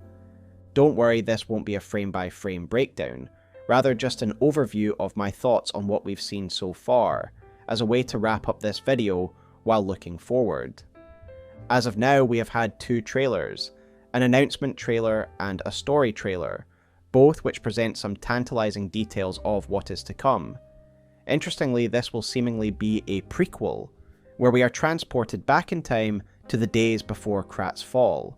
As we know from looking at the lore, time travel is very possible in this world, given the time manipulation properties of Ergo. I think this is a great idea, as we hear so much about Krat's golden era, and it would be great to get a glimpse of that, while also seeing the telltale signs of the rot, which would eventually erode it. As expected, Carlo's relationship with the legendary Stalker will be a focus. I focused on how her being late to stop the Rose Estate incident is clearly a big regret of hers.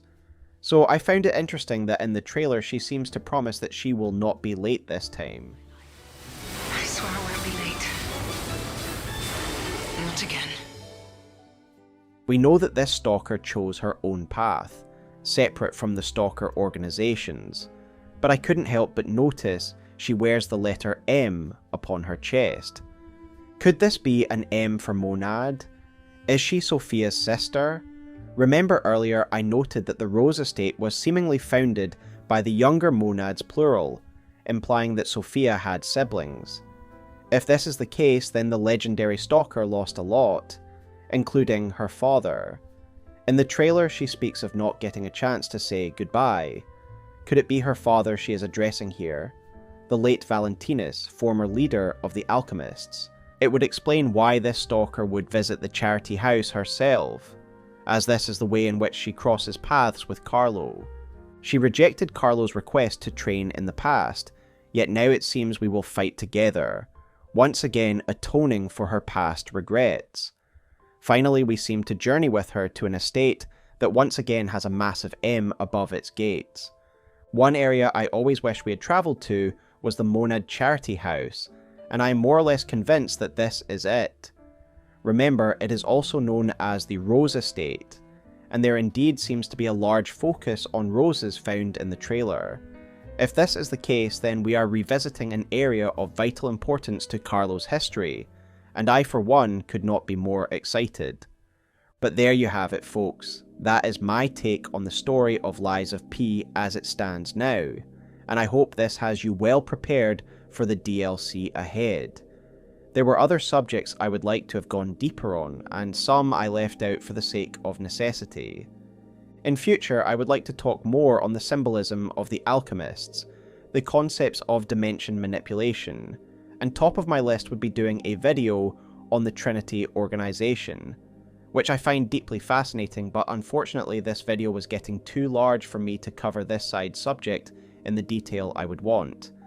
I absolutely adore this game and would gladly do more content on it, and so if you would be interested in me doing some more specialised or piecemeal videos, then please let me know with a like and in the comments below. At the very least, I fully intend to cover the DLC story in full, and I cannot wait for the release of this game. I would like to thank the developers at Neowiz for creating this beautiful story.